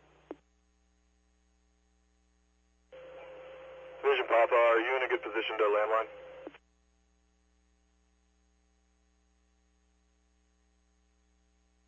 Palisades Communication, Papa, that's affirmative.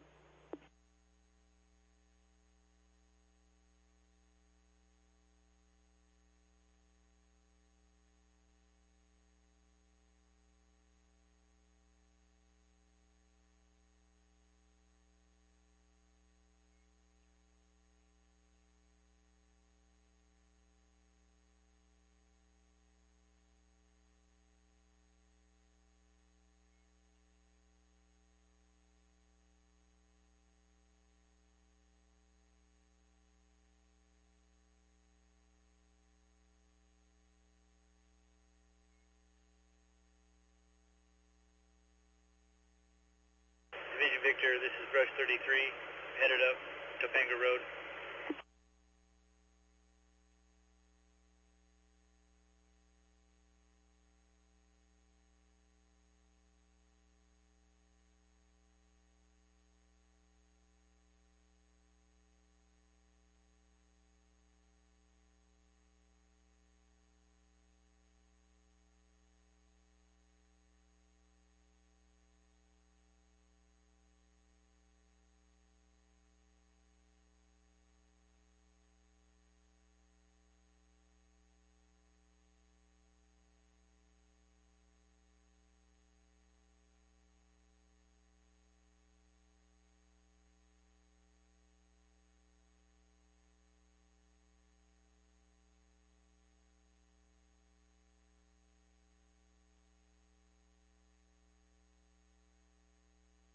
Palisade Communications, Division Mike.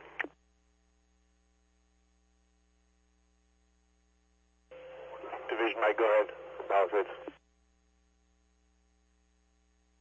Get a representative for DWP to show up to the area of Castellamare and Stretto Way. Shut the water down to prevent further damage in a slide area with no access.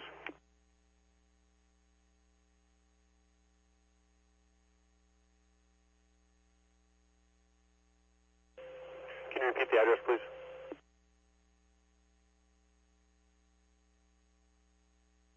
It's going to be in the area of Castellamare and Stretto Way.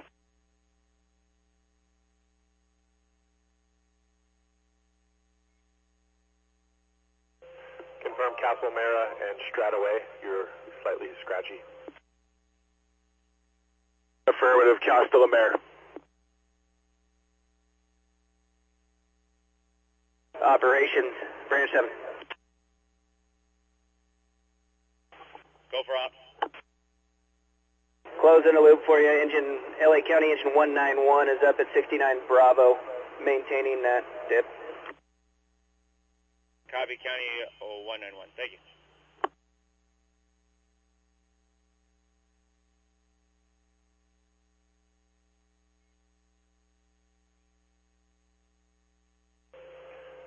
Division Mike, you're badly broken. Can you contact Palisades Communications, please, via phone?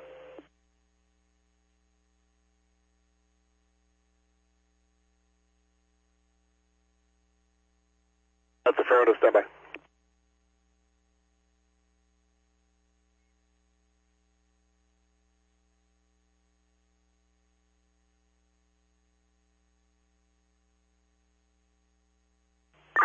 Branch 7 from Echo 554.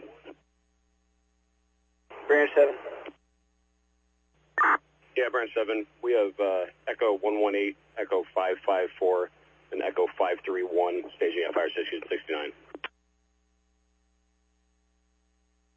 I copy. Walk on up to the fire station. We'll face to face. Copy.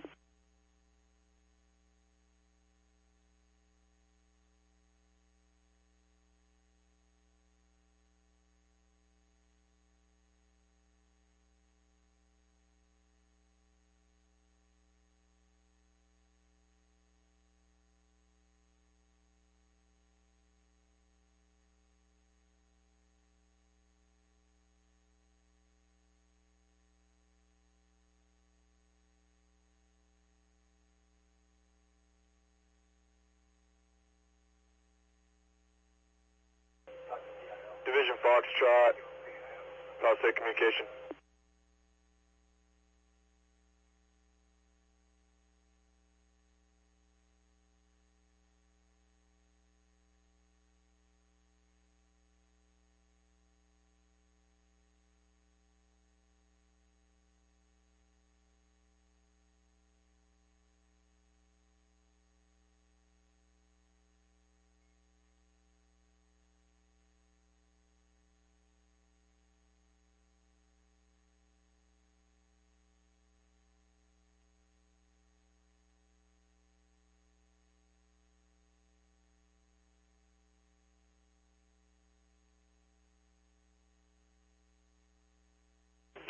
Camarillo, Hell Base, Helco, command. Camarillo, Hella Base.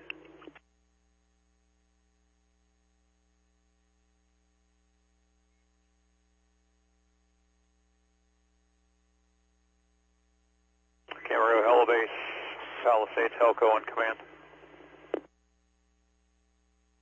Palisades, Helco, go ahead for Camarillo, Hella Base.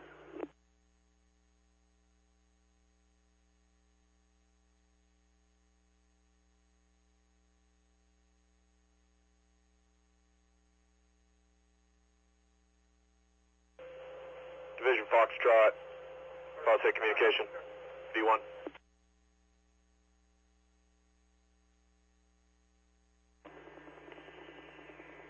Camarillo, Hella Base, Palisades, Helco on command.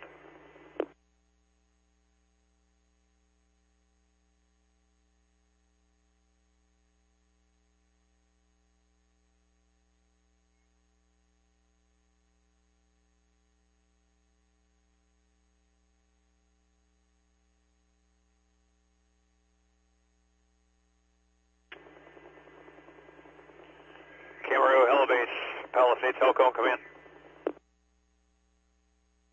Palisades, Helco, go ahead for Camarillo, Hella Base.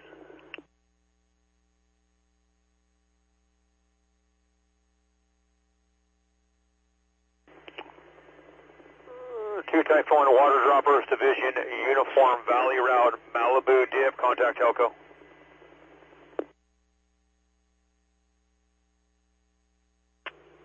Helco, Camarillo, Hella Base copies.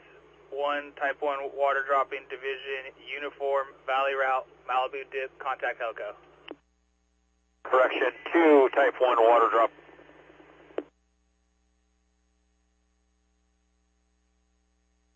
Copy the correction, 2 Type 1 water dropping for Division Uniform Valley Route, Malibu Dip, contact Helco. Will you take bucket ships?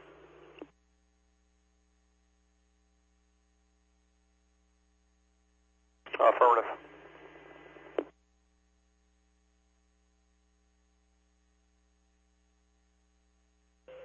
Branch 1, communicate. Hella Base copy.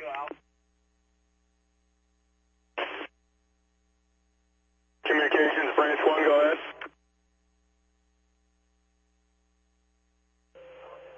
Branch 1, Palisades Communications. This is a flare-up address 415 Rustic Road. It's going to be on a Division Foxtrot. Been unable to make contact. Branch 1, copies all. Take care of it.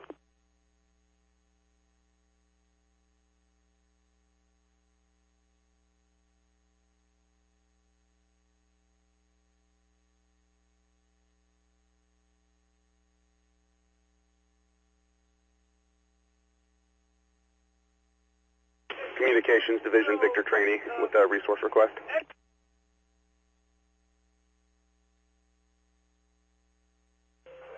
Victor Trainee, go with your resource request for communications. Communications Victor Trainee, request a hose module. It'll be 10,000 feet of 1.5" with tees, 5,000 feet of 1-inch with nozzles, and 40 gallons of regular gas. The drop-off location will be LA County Fire Station 69, the intersection of Fernwood Pacific and Topanga Canyon. Break.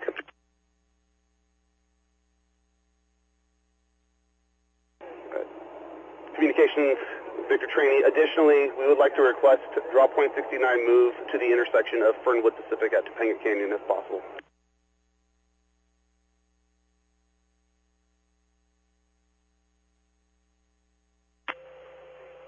Victor Trainee, communications copies your request for 10,000 feet of 1.5" hose with appliances, 5,000 feet of 1-inch, as well as 40 gallons of regular gas, Station 69 on Topanga. Break.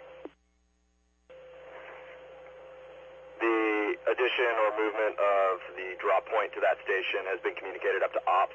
We're waiting to see on an answer from that. Victor Trainee.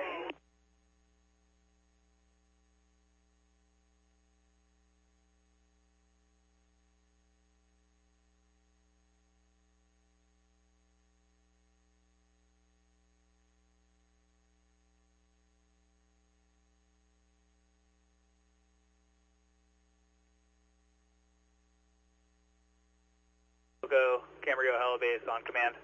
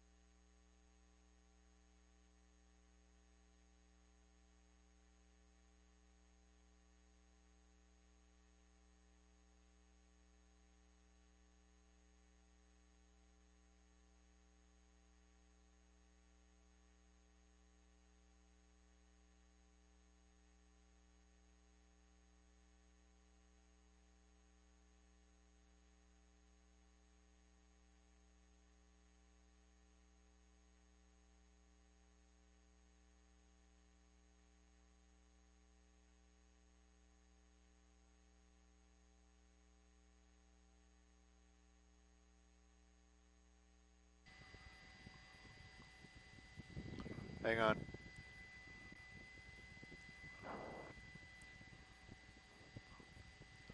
Oh, they're doing the Topanga one. Turn around.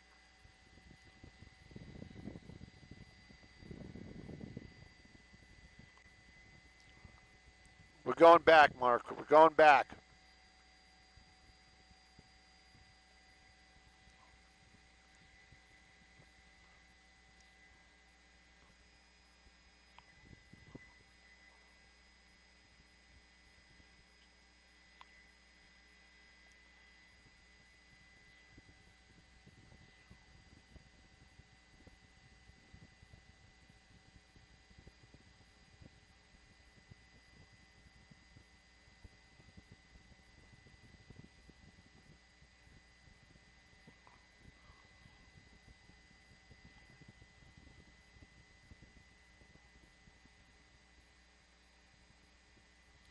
Nope.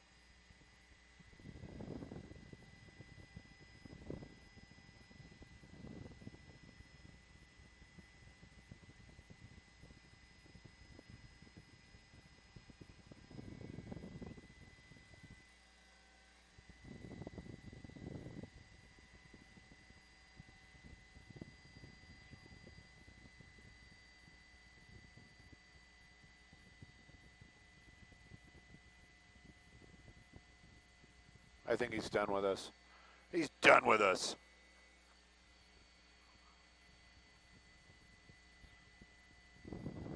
What's up?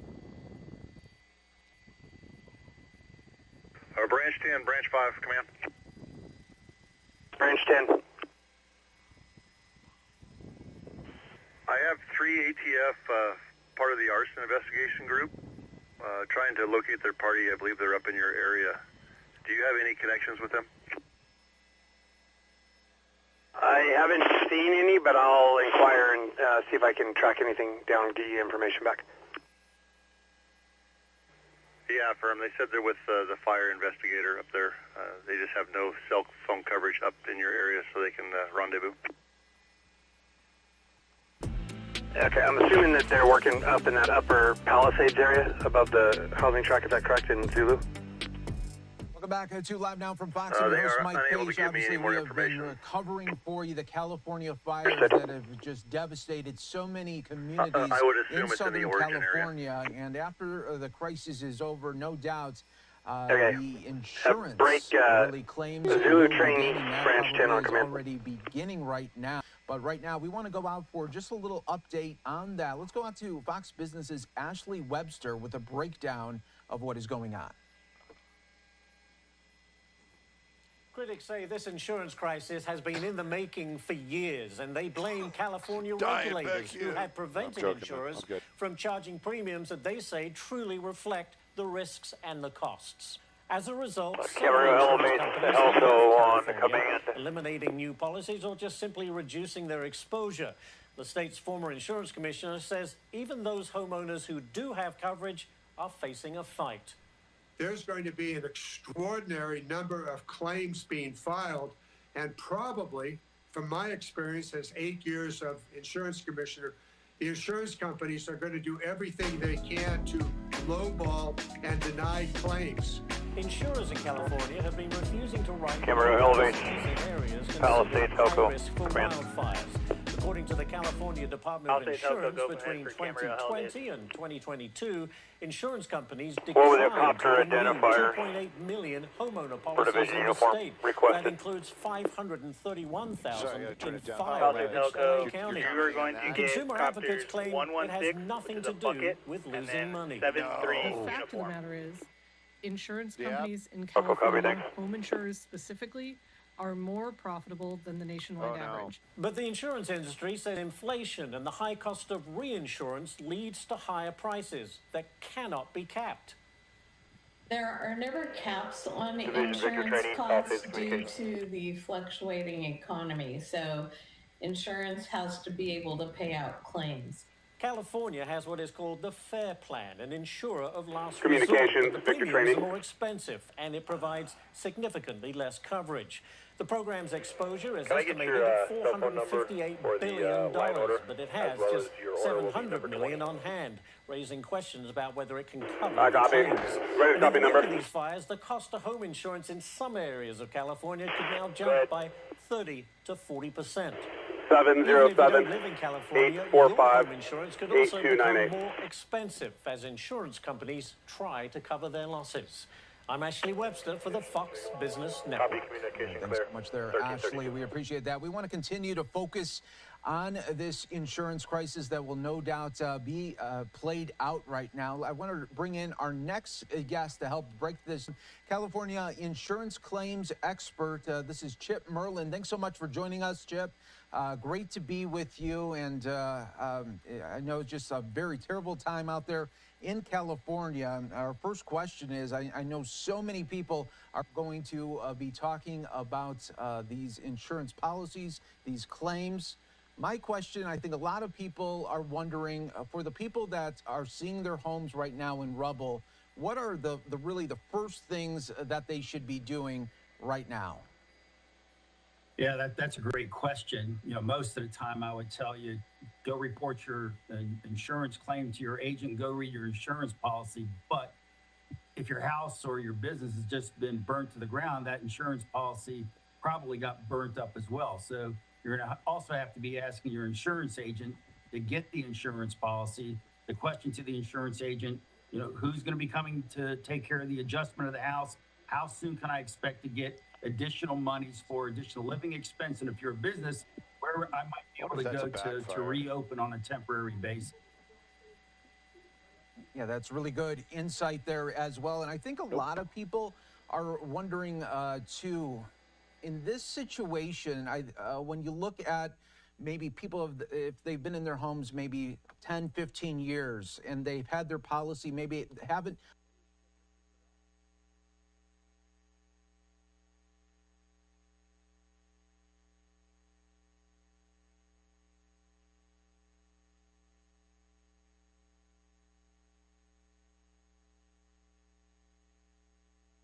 Camarillo Hill Base, Helco, on command.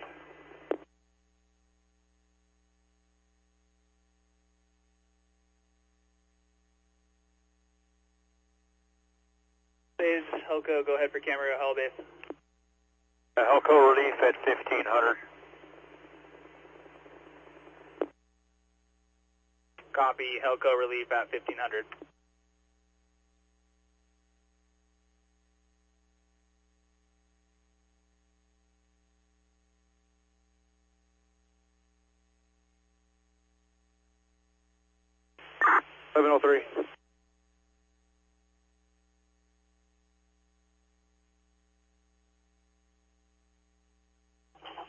Go for traffic for operations and identifier.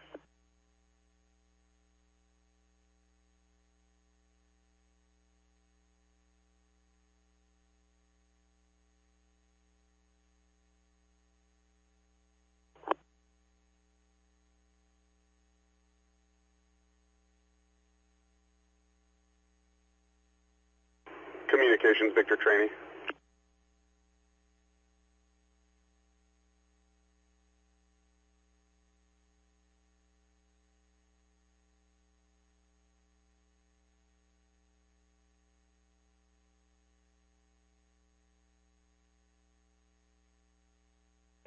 Victor Trainee, go for communications.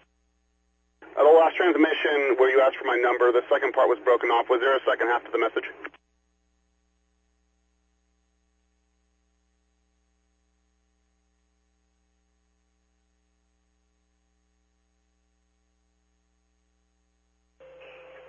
Victor Trainee, I'll say communications. We have all the information we need. Victor Trainee, copy.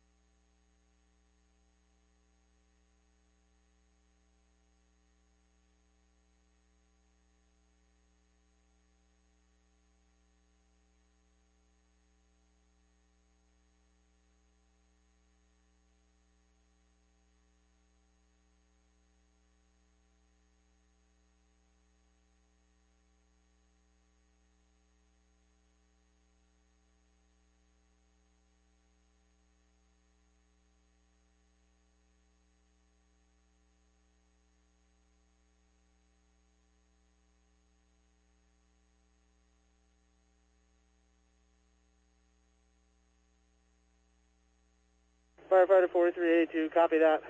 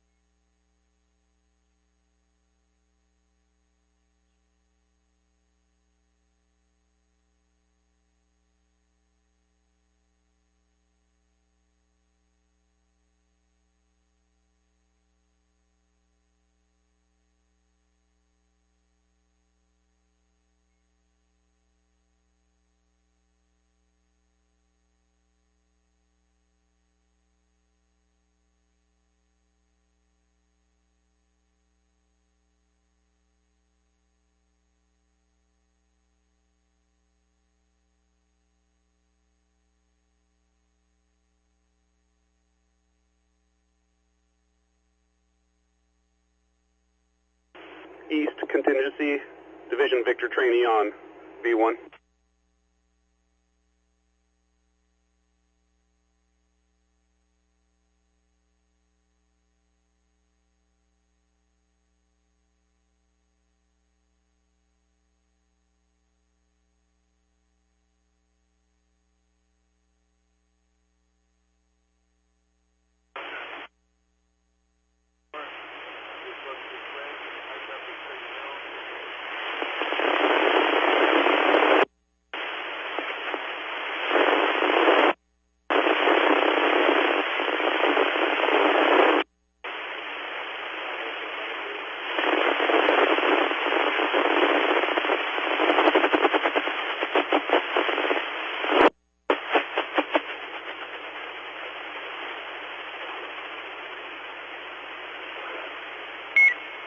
Mic on Q1. Open mic on command control V1. All Palisade units, check your radios and HTs.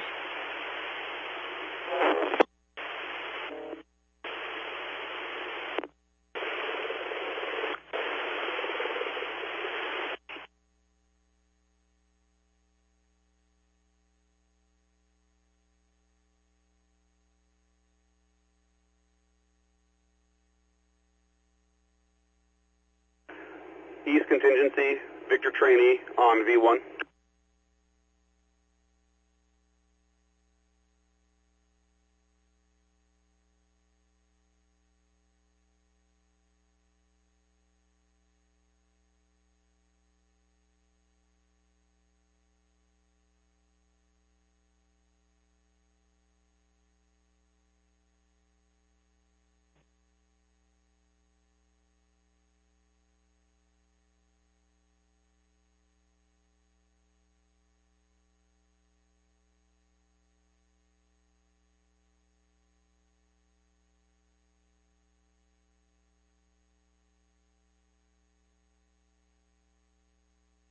Operations, Branch 7. Go for operations. Hey, just a little update. Fire activity down here in Victor's moderated. We have crew, multiple Gulfs engaged, cutting direct with the hose lay, moving up. Ending point will be Regatta and Tuna. And we're working on a surge plan should another branch have a immediate need. Copy that. What's your level of confidence that you'll be able to secure that edge there along those structures? Affirmative. Plan is in motion now. And we got Lima's offloaded, punching down from Regatta. So they'll tie in and I'll advise when that piece is done. Copy that. Thank you. Also, do you have any intel? I think it's encroaching into the next branch, but do you have any intel on those structures on the east side of Topanga that I mentioned that the fire was backing down to the drainage system there? Affirmative. We have a Foxtrot doing some prep and defend right now. It is not threatening the structures immediately, and we do have Type 1 rotors working that piece. We just haven't engaged anything to go direct and tie it back into Yankee. Copy. Thank you all. Great work.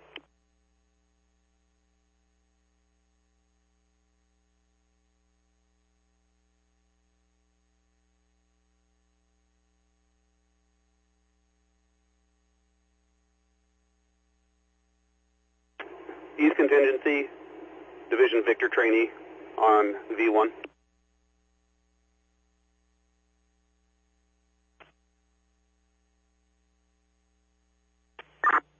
Go ahead for East Contingency. Yeah, East Contingency, Division Victor Trainee. Information, we have private water tender E417 at our location. He is assigned to you. However, we ended up with them and we have him engaged. I just want to pass that along to you. We're closing the loop. You're free to use them as needed. Victor Trainee copies. Break communications, Victor Trainee. Victor Trainee, go for communications.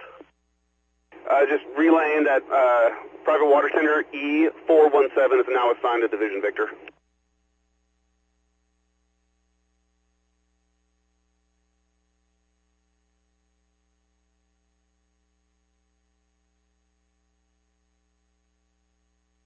Copy, ready for water.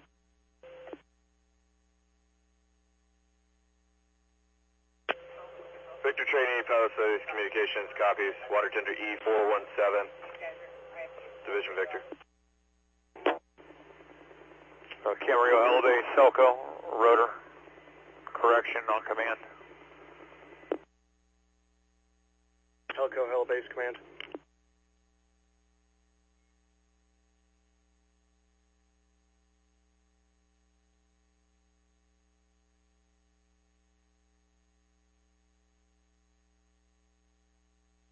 Helco, Hell Base on command.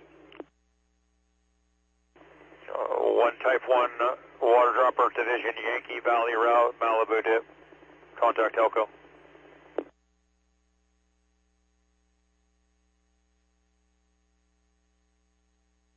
Type 1 water dropper to Division Yankee. Utilize the Valley route. Contact Helco, is that correct? Correction, the dip side will be 69 Alpha, not Malibu. 69 Alpha, copy. Will you take a bucket or do you want a tank?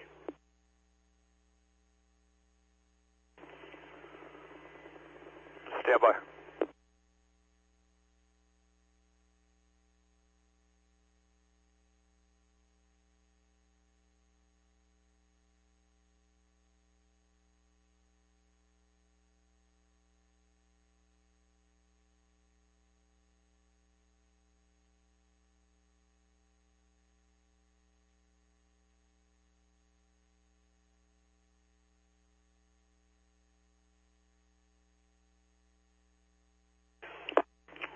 Camarillo, elevate, Helco, tank ship.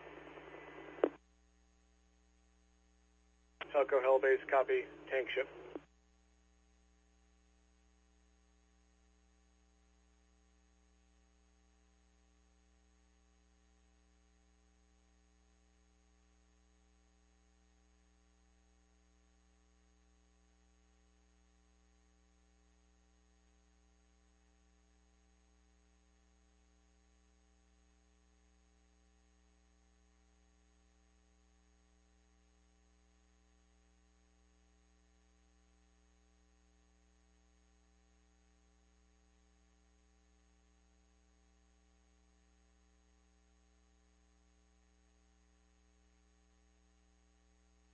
Branch 7, Deputy Operations on command. Branch 7. If you could resend your 215 information, please.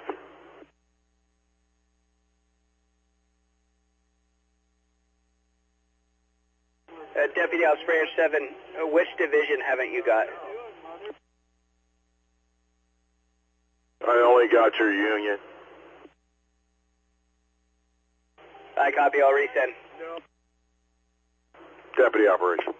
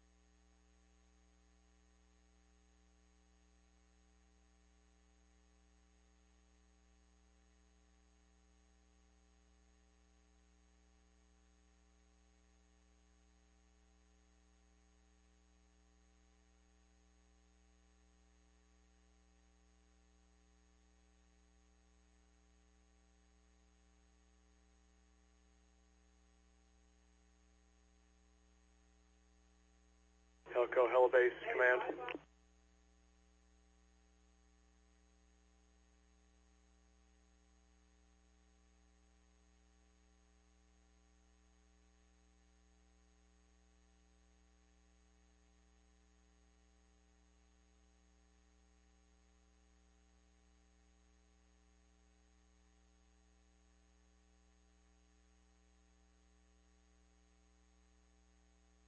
Camarillo, Helibase, Elko, on command. Elko, Helibase, go ahead. 2 tank type 1 is Division Alpha, coast route, and have them contact me when they get down to Palisades Beach.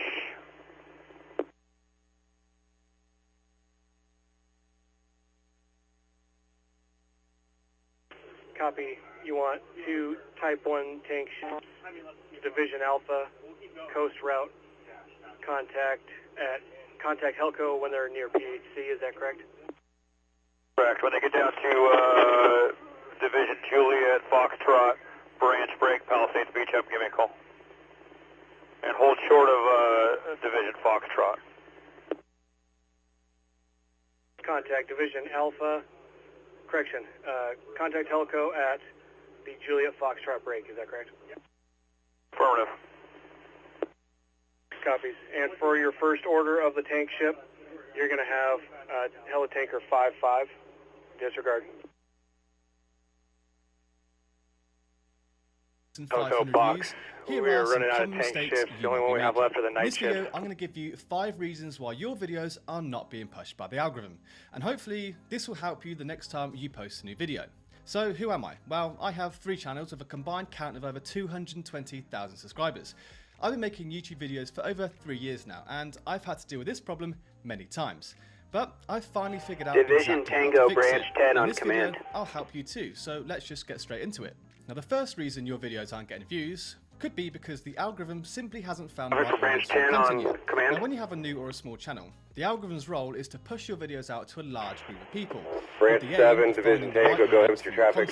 If you don't have many subscribers yet, when you first start out, all of Division your videos Tango, they haven't got your 215. Can you send it over to me, please? Suggesting your content to new viewers, in hope that those new viewers Alpha. will be interested in your videos. Branch 7, so if you don't get Division Tango, we texted that to you at about 1100 hours this morning.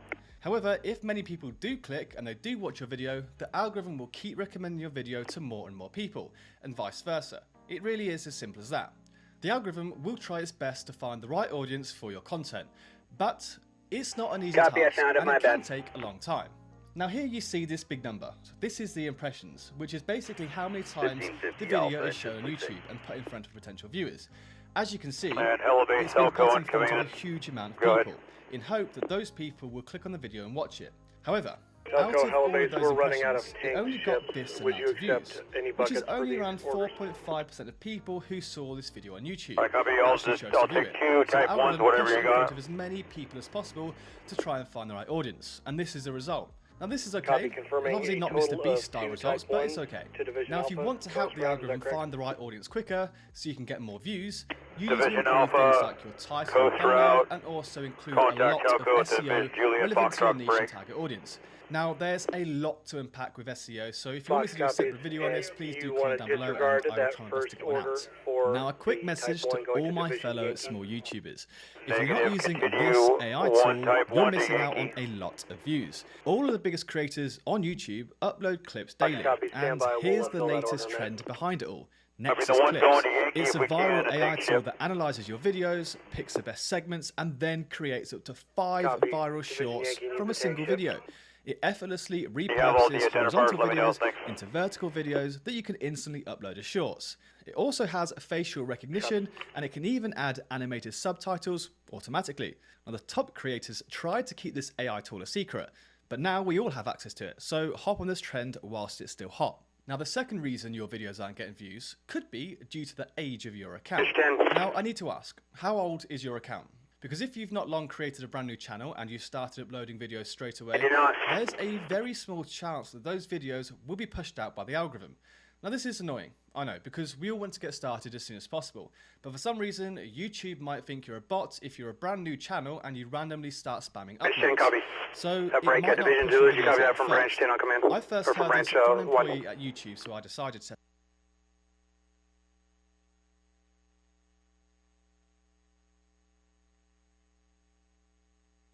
Branch 2, correction, Branch 10, Zulu. Copy that from Branch 1. They're going to be dropping retardant across this top. Just have your resources heads up. They'll be bringing retardant from Branch 1 across into Zulu, across the top of Mulholland. Okay, I copy that. way back that way from Topanga Canyon. Good copy. You're aware of the criticism. Yes. Most of the criticism has been directed towards the city of Los Angeles, towards Mayor Karen Bass, but it's also been directed towards the administration. Everybody loves firefighters. We love our men and women on the front lines, but the administration is another thing, and they've been very critical of the way everything has been handled. Your reaction when you read those tweets, those messages, those emails? I tell you, my reaction first and foremost is to step back and remind myself that I'm not a politician. I'm the fire chief of the greatest fire department in the world. So my focus, first and foremost, is to make sure that our fire department, our firefighters are properly funded, they're properly trained, they're properly equipped. So when it comes to the criticism, since day one, my number one priority has been and will continue to be that our firefighters get what they need so that they can serve the community. That is number one. I am going to turn down the noise when it comes to any type of criticism, because every decision that I make is going to be based off of what my firefighters need. And those lives are on the line. So let's get to the big question, the budget. There's so much talk about it. It was cut $17 million. It was cut this. It wasn't cut at all, according to one newspaper. Was your budget for the fiscal year 2024-2025 cut?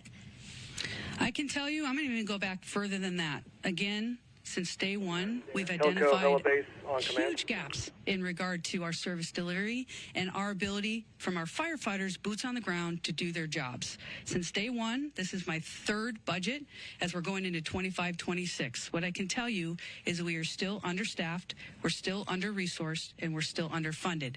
So with that, whether it's $7 million, $10 million. But was the budget cut, Chief? Yes, it was cut. And it did impact our ability to provide service.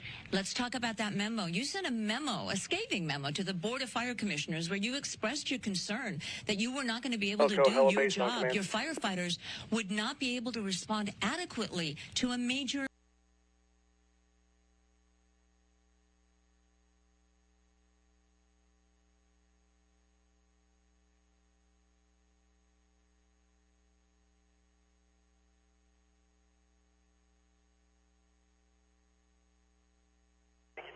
Traffic for uniform trainee on command.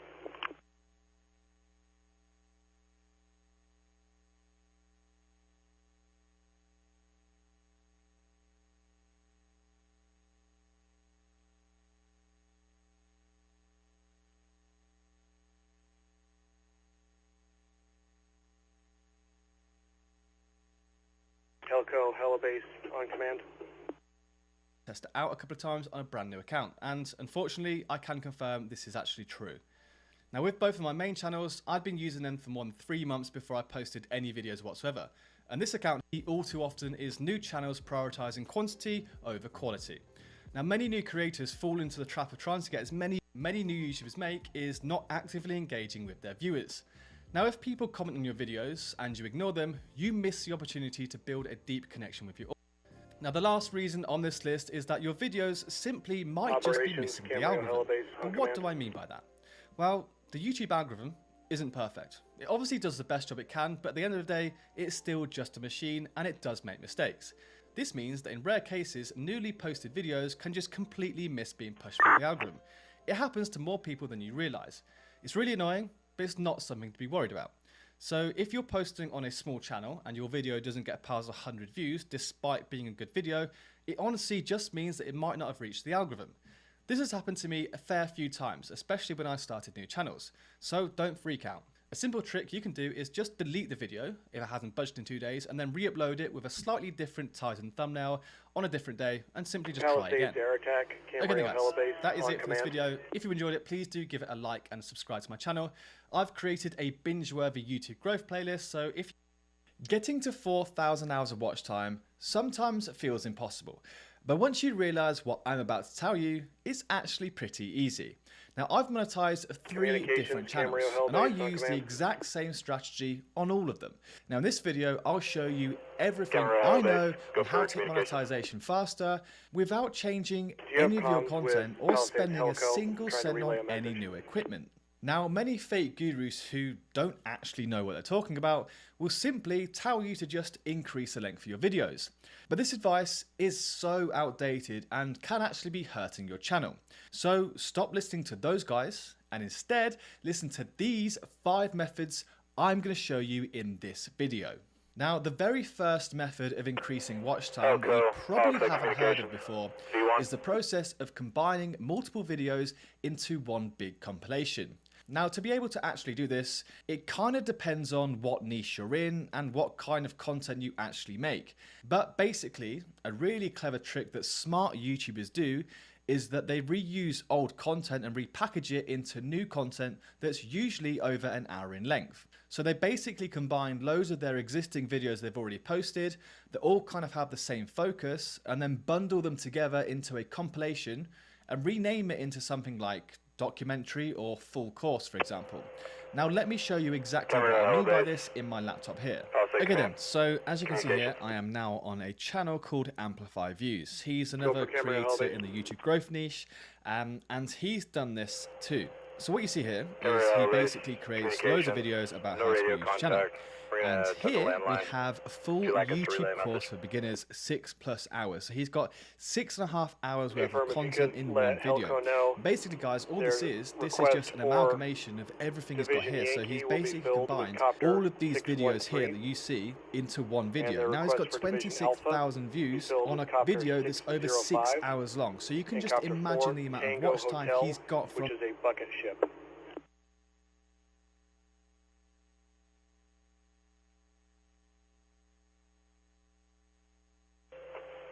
Communications copies, landline Helco, relay message, Division Yankee, resource request covered by Copter 613. Division Alpha will be Copters 605 and 4 Tango Kilo, which is a bucket ship. That's going to be 4 Tango Hotel.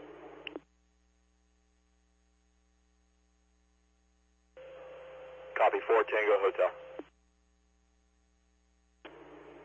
Base copies all, thank you.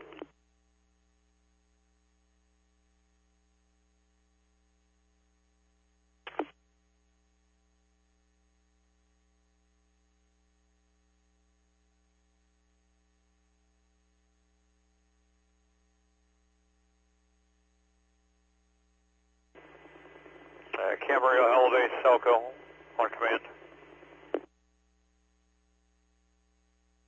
Helco, Helibase on command.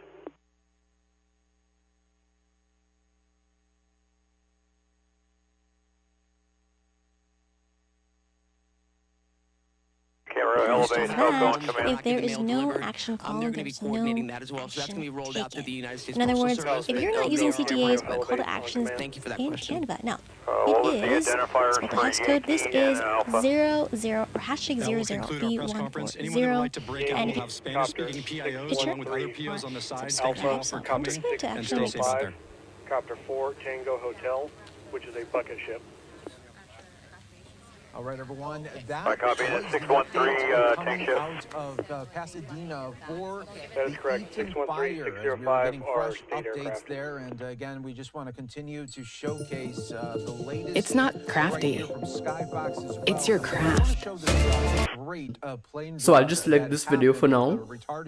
Then click on the tick to add it. So now to add the animation, you'll have to click on PIP, which is written over here. After that, you'll have to select material. They're trying to get this fire under control, and once again, so great for all of our first responders, and they do such a terrific job, and we always want to put that out there as well. All right, let's take a 2-minute break here on Live Now from Fox. We'll be back, more coverage in just...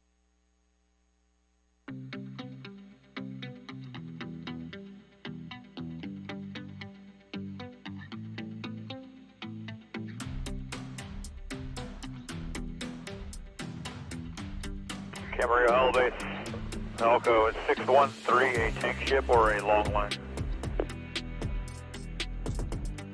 Helco, Helibase, Copter 613 is a tank ship. Copy, thanks. Helibase.